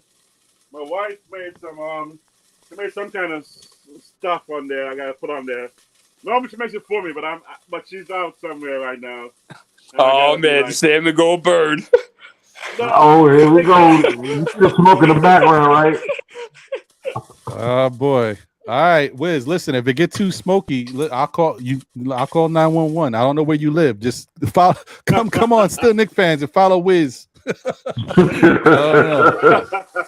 Burning down the house live. Go first, so you wouldn't hear the sizzling. Yeah. No, you good though. But you are making people hungry. I ain't lying. I've been in almost 3 hours. Brother starving. All right, Jay Boogie, what's your thoughts on that? Well, I mean, we probably already know. Corey Lee was like, yeah, I remember what Jay Boogie said. Yeah. Facts. Go ahead, man. What's your thoughts, bro? I just want to tell Wiz, during the hour of his time it is right there. That same time while you eating, I probably was just sitting down, eating with a bunch of friends of mine, 3 scrambled eggs with cheese, well done steak, and grits and shrimp. I just finished, so before I came here. But listen, man, listen. Corey said the same thing. When I don't even have to say no more. I never seen a quiet New York ball player. Dude, you want to be over here? You got to go tell them people, I want them out of here, man. Get me where you need. Put me where I need to be at. Cleveland gonna be more understandable because they know that was the situation in Utah. You know what I'm saying? You need to tell these people that you need to get over here.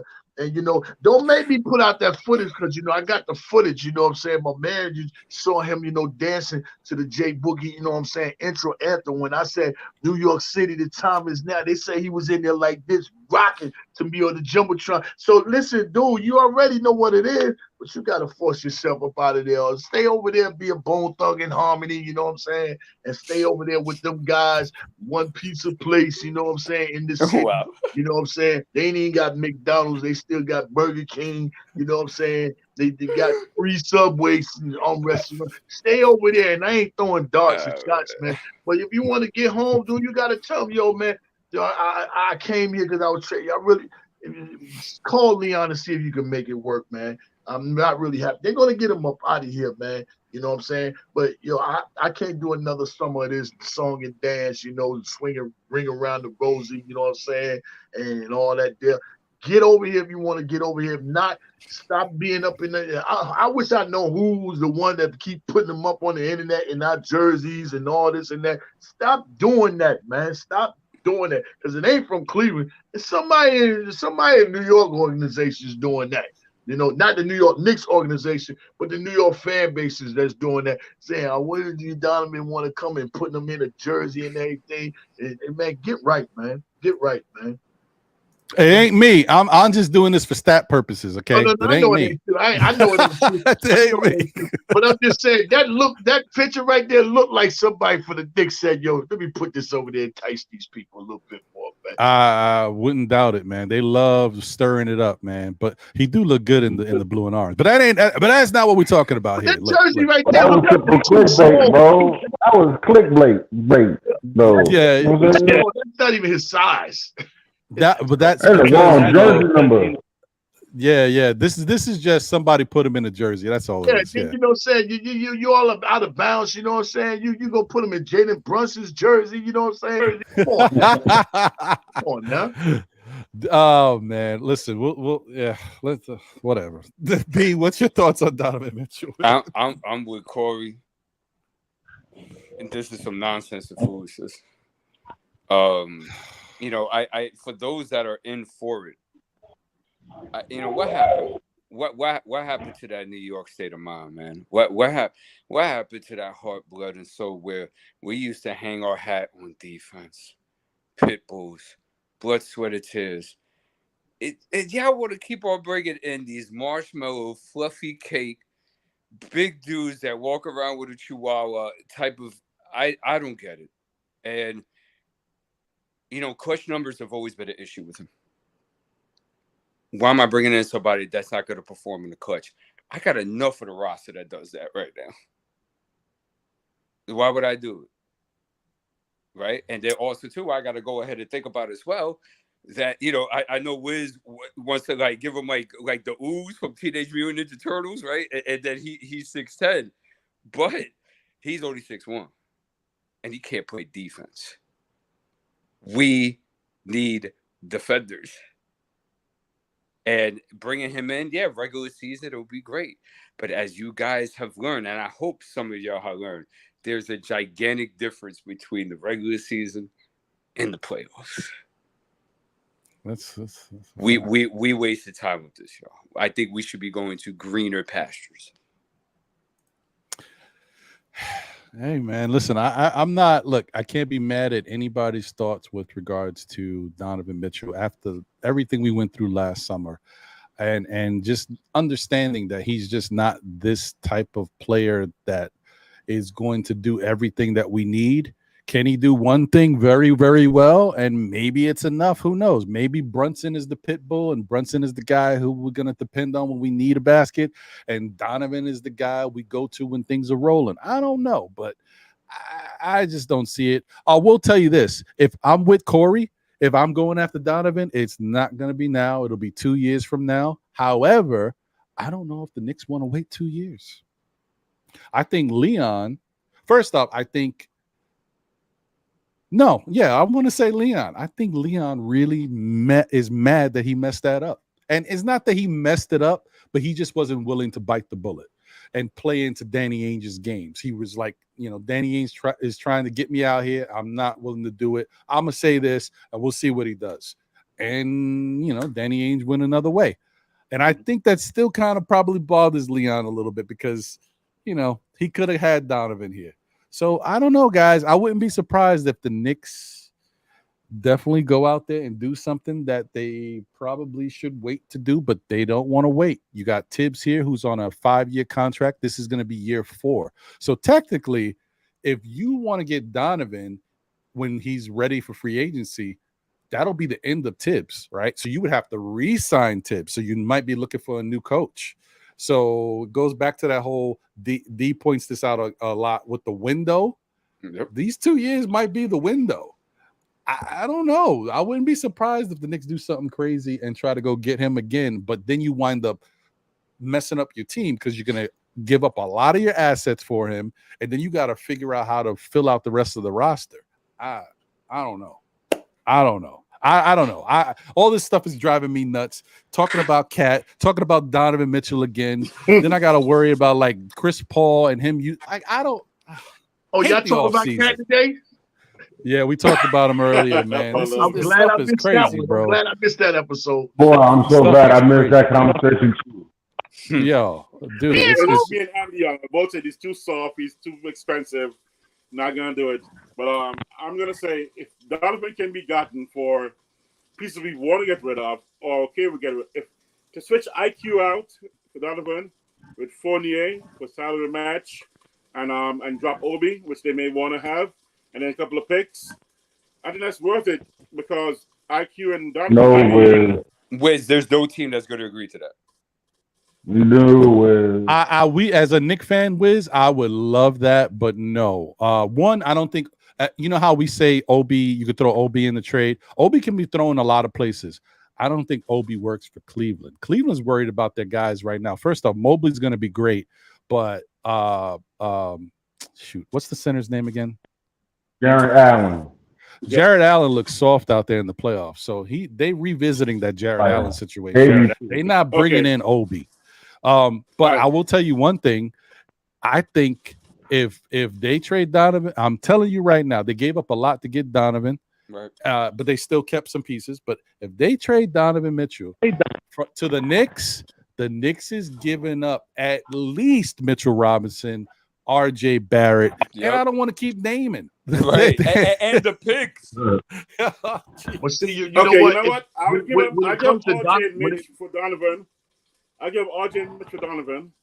along with let's say 40 the max salary, and get me give them 2 picks if they can take them. Because remember, if Donovan asked out, they know that next after this, when his contract's up, he's gone, right? So if he's asking out and he's demanding, and he asked him for New York, they're not in a strong position. It's kind of like where Kuzma is right now with Washington. He says, I'm only going to sign. I'm going to sign and trade only to New York, otherwise straight up free agency. So when you have the kind of clout where you actually say it's one option and no other option, then the other teams are at disadvantage where they got to take what they get, kind of. Okay, so I'll give up Mitch. Get me KP to replace Mitch, and then I don't care about RJ and let's say Fournier and a few picks for Donovan. I would do that. I'm just saying. I'm not saying I would go after Donovan.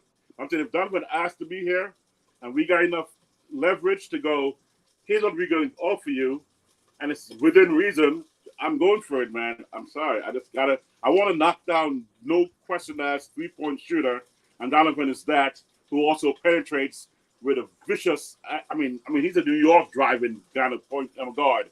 He drives to the rim with a reckless abandon, almost John Morant like, where he will go and he'll hammer it on you. Something that Obi should be doing. See, I didn't want to get into this, you know what I'm saying? But it's too small, Viz. If you're going to deal with the situation, I hope Leon goes in there with a straight poker game and don't even play. You got to keep certain things to your advantage if you're going to deal with Cleveland on something like that. First thing first, dog, we're not giving up none of our starting core. You didn't give up your starting core. We're not giving you our starting core. Whatever draft picks, you know what I'm saying? We'll accommodate you with that. But I'm not giving up my core when you didn't give up your core. You kept your core intact. We're going to keep our core intact, or we just going to walk. You know what I'm saying? Like Albertino said it, just walk. This is my show. This is my thing. We're going to do it my way, or we can just walk. Point blank, you know what I'm saying? I'm not giving up none of my core pieces. That includes no RJ, none of that. Anybody that's in that starting lineup, you can cancel that. Period. I'm not. Then it's not going to happen. Yeah. But I'm just saying, you got to play the position with the position. They didn't do it. So, you know what I'm saying? You gotta let them know I'm coming in strong. You want these draft picks in return because it didn't work out. You know it didn't work out because he asking you up out of there. You want the return with the draft pick? Maybe something off the bench, you can get that. Or again, I'm just going to walk. I see him in 2-5 because he's up out of there. You know that. But they're going to need to get something for him. You know, if all these leaks keep coming out, he want up out of here, whether it's to New York or anywhere else, even whether it's to Brooklyn, wherever, which I doubt if he go to Brooklyn, but it would look crazy with him over there with Bridges, you know what I'm saying?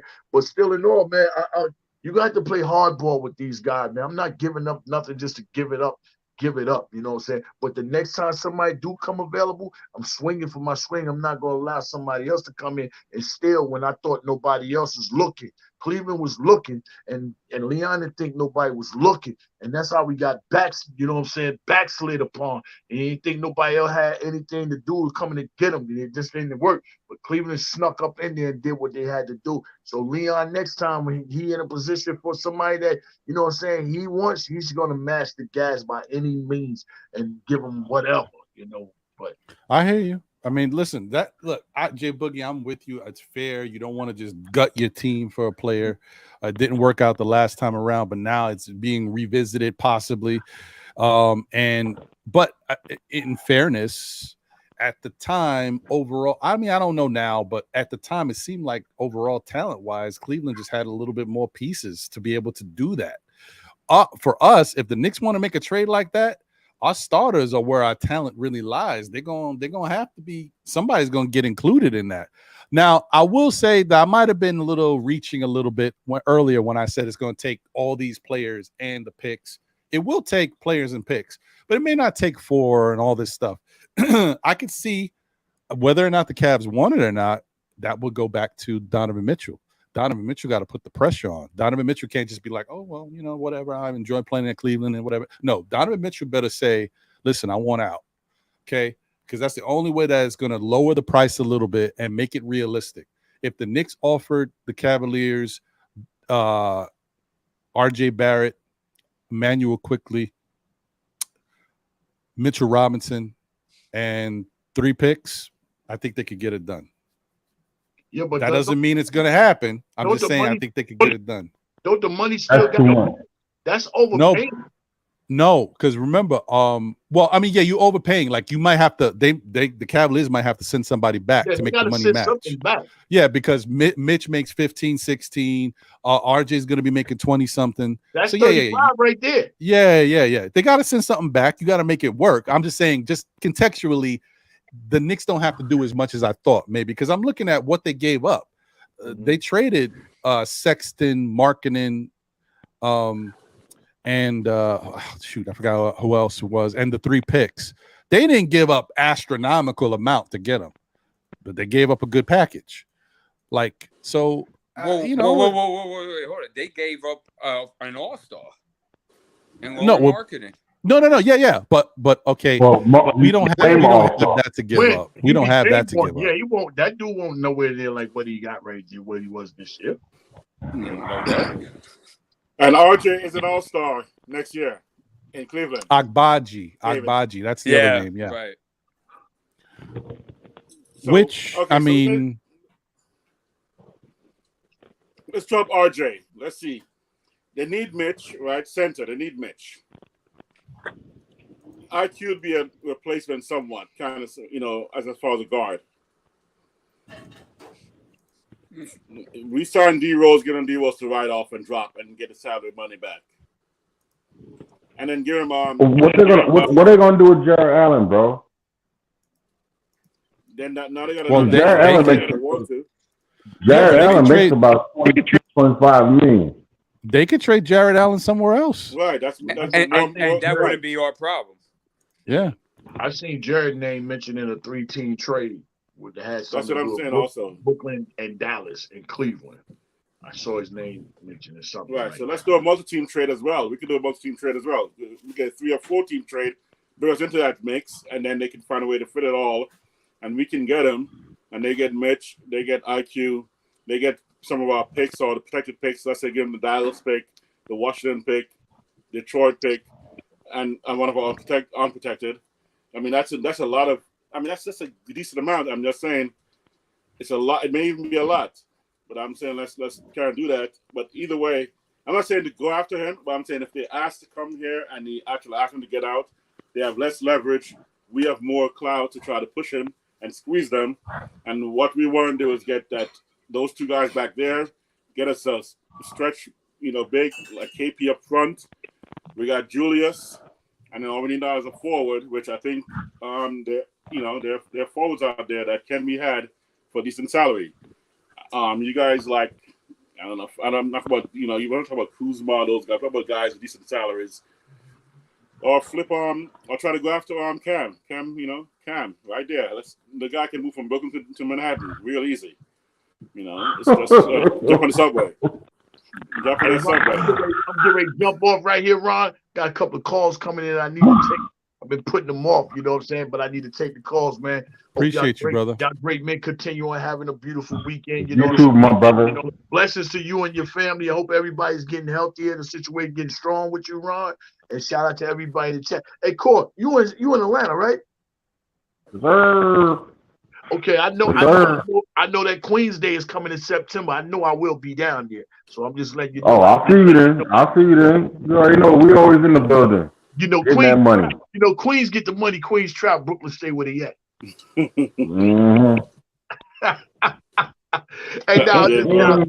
Hey, man, y'all have a great weekend, man. And once again, man, shout out to all the graduates, man. Shout out to all of them, man, putting all that work, listening to their teachers and passing them grades. Y'all doing marvelous, man. But salute, 3 capital S's to everybody, man.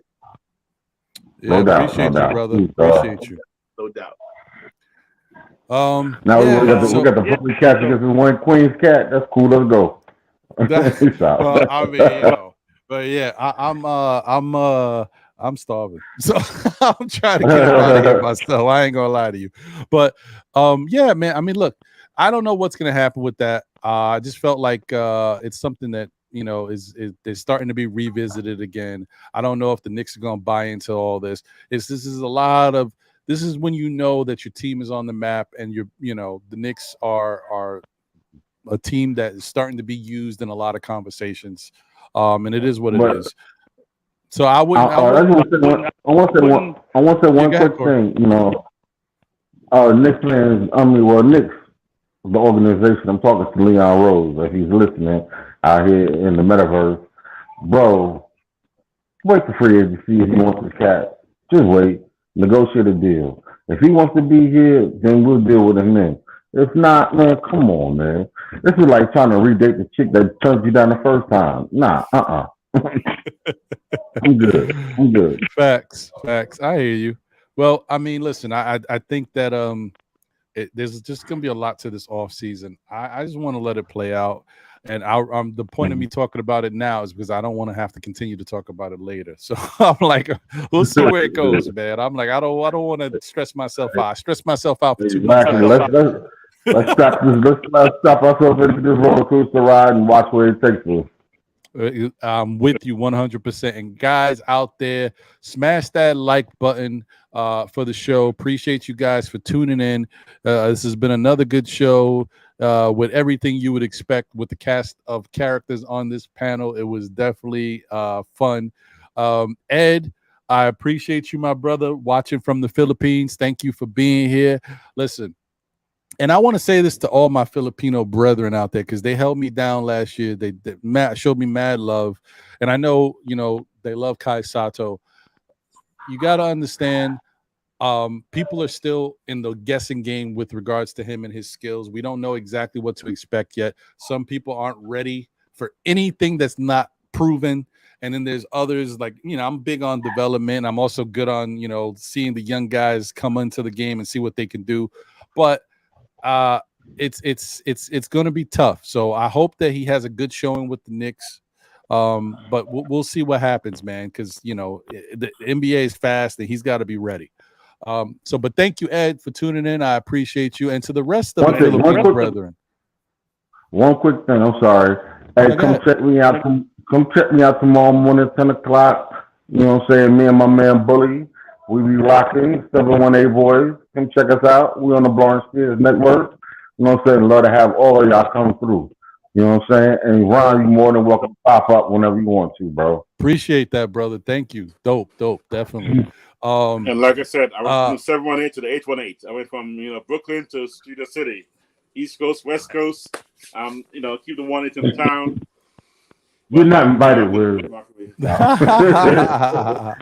always invited, Weird. Thank you, Billy. Thank you. Smash that like button, guys. On your way in, on your way out. Appreciate y'all. Appreciate you, Billy. Good to see you as always. And thank you, Ron. Appreciate you for having me here. No doubt, brother. Always. CC in the building. There was someone else I thought that I saw pop in that I don't know if I got a chance to say what's up to. Yeah, I think I got everybody. But if I missed you, it's not for lack of trying, just maybe just a lot going on in the show and I just couldn't see the name. But thank you guys for being here and rocking with us. And let me thank everybody on the panel. Thanks to Boulevard, appreciate you. Thanks to Wiz, thanks to Corey, thanks to Smoking Nick, thanks to D's World of Hoops, thanks to Jay Boogie, thanks to Andy. Let me see. Did I miss anybody? By the way, I didn't smoke out. No smoke, by the way. See?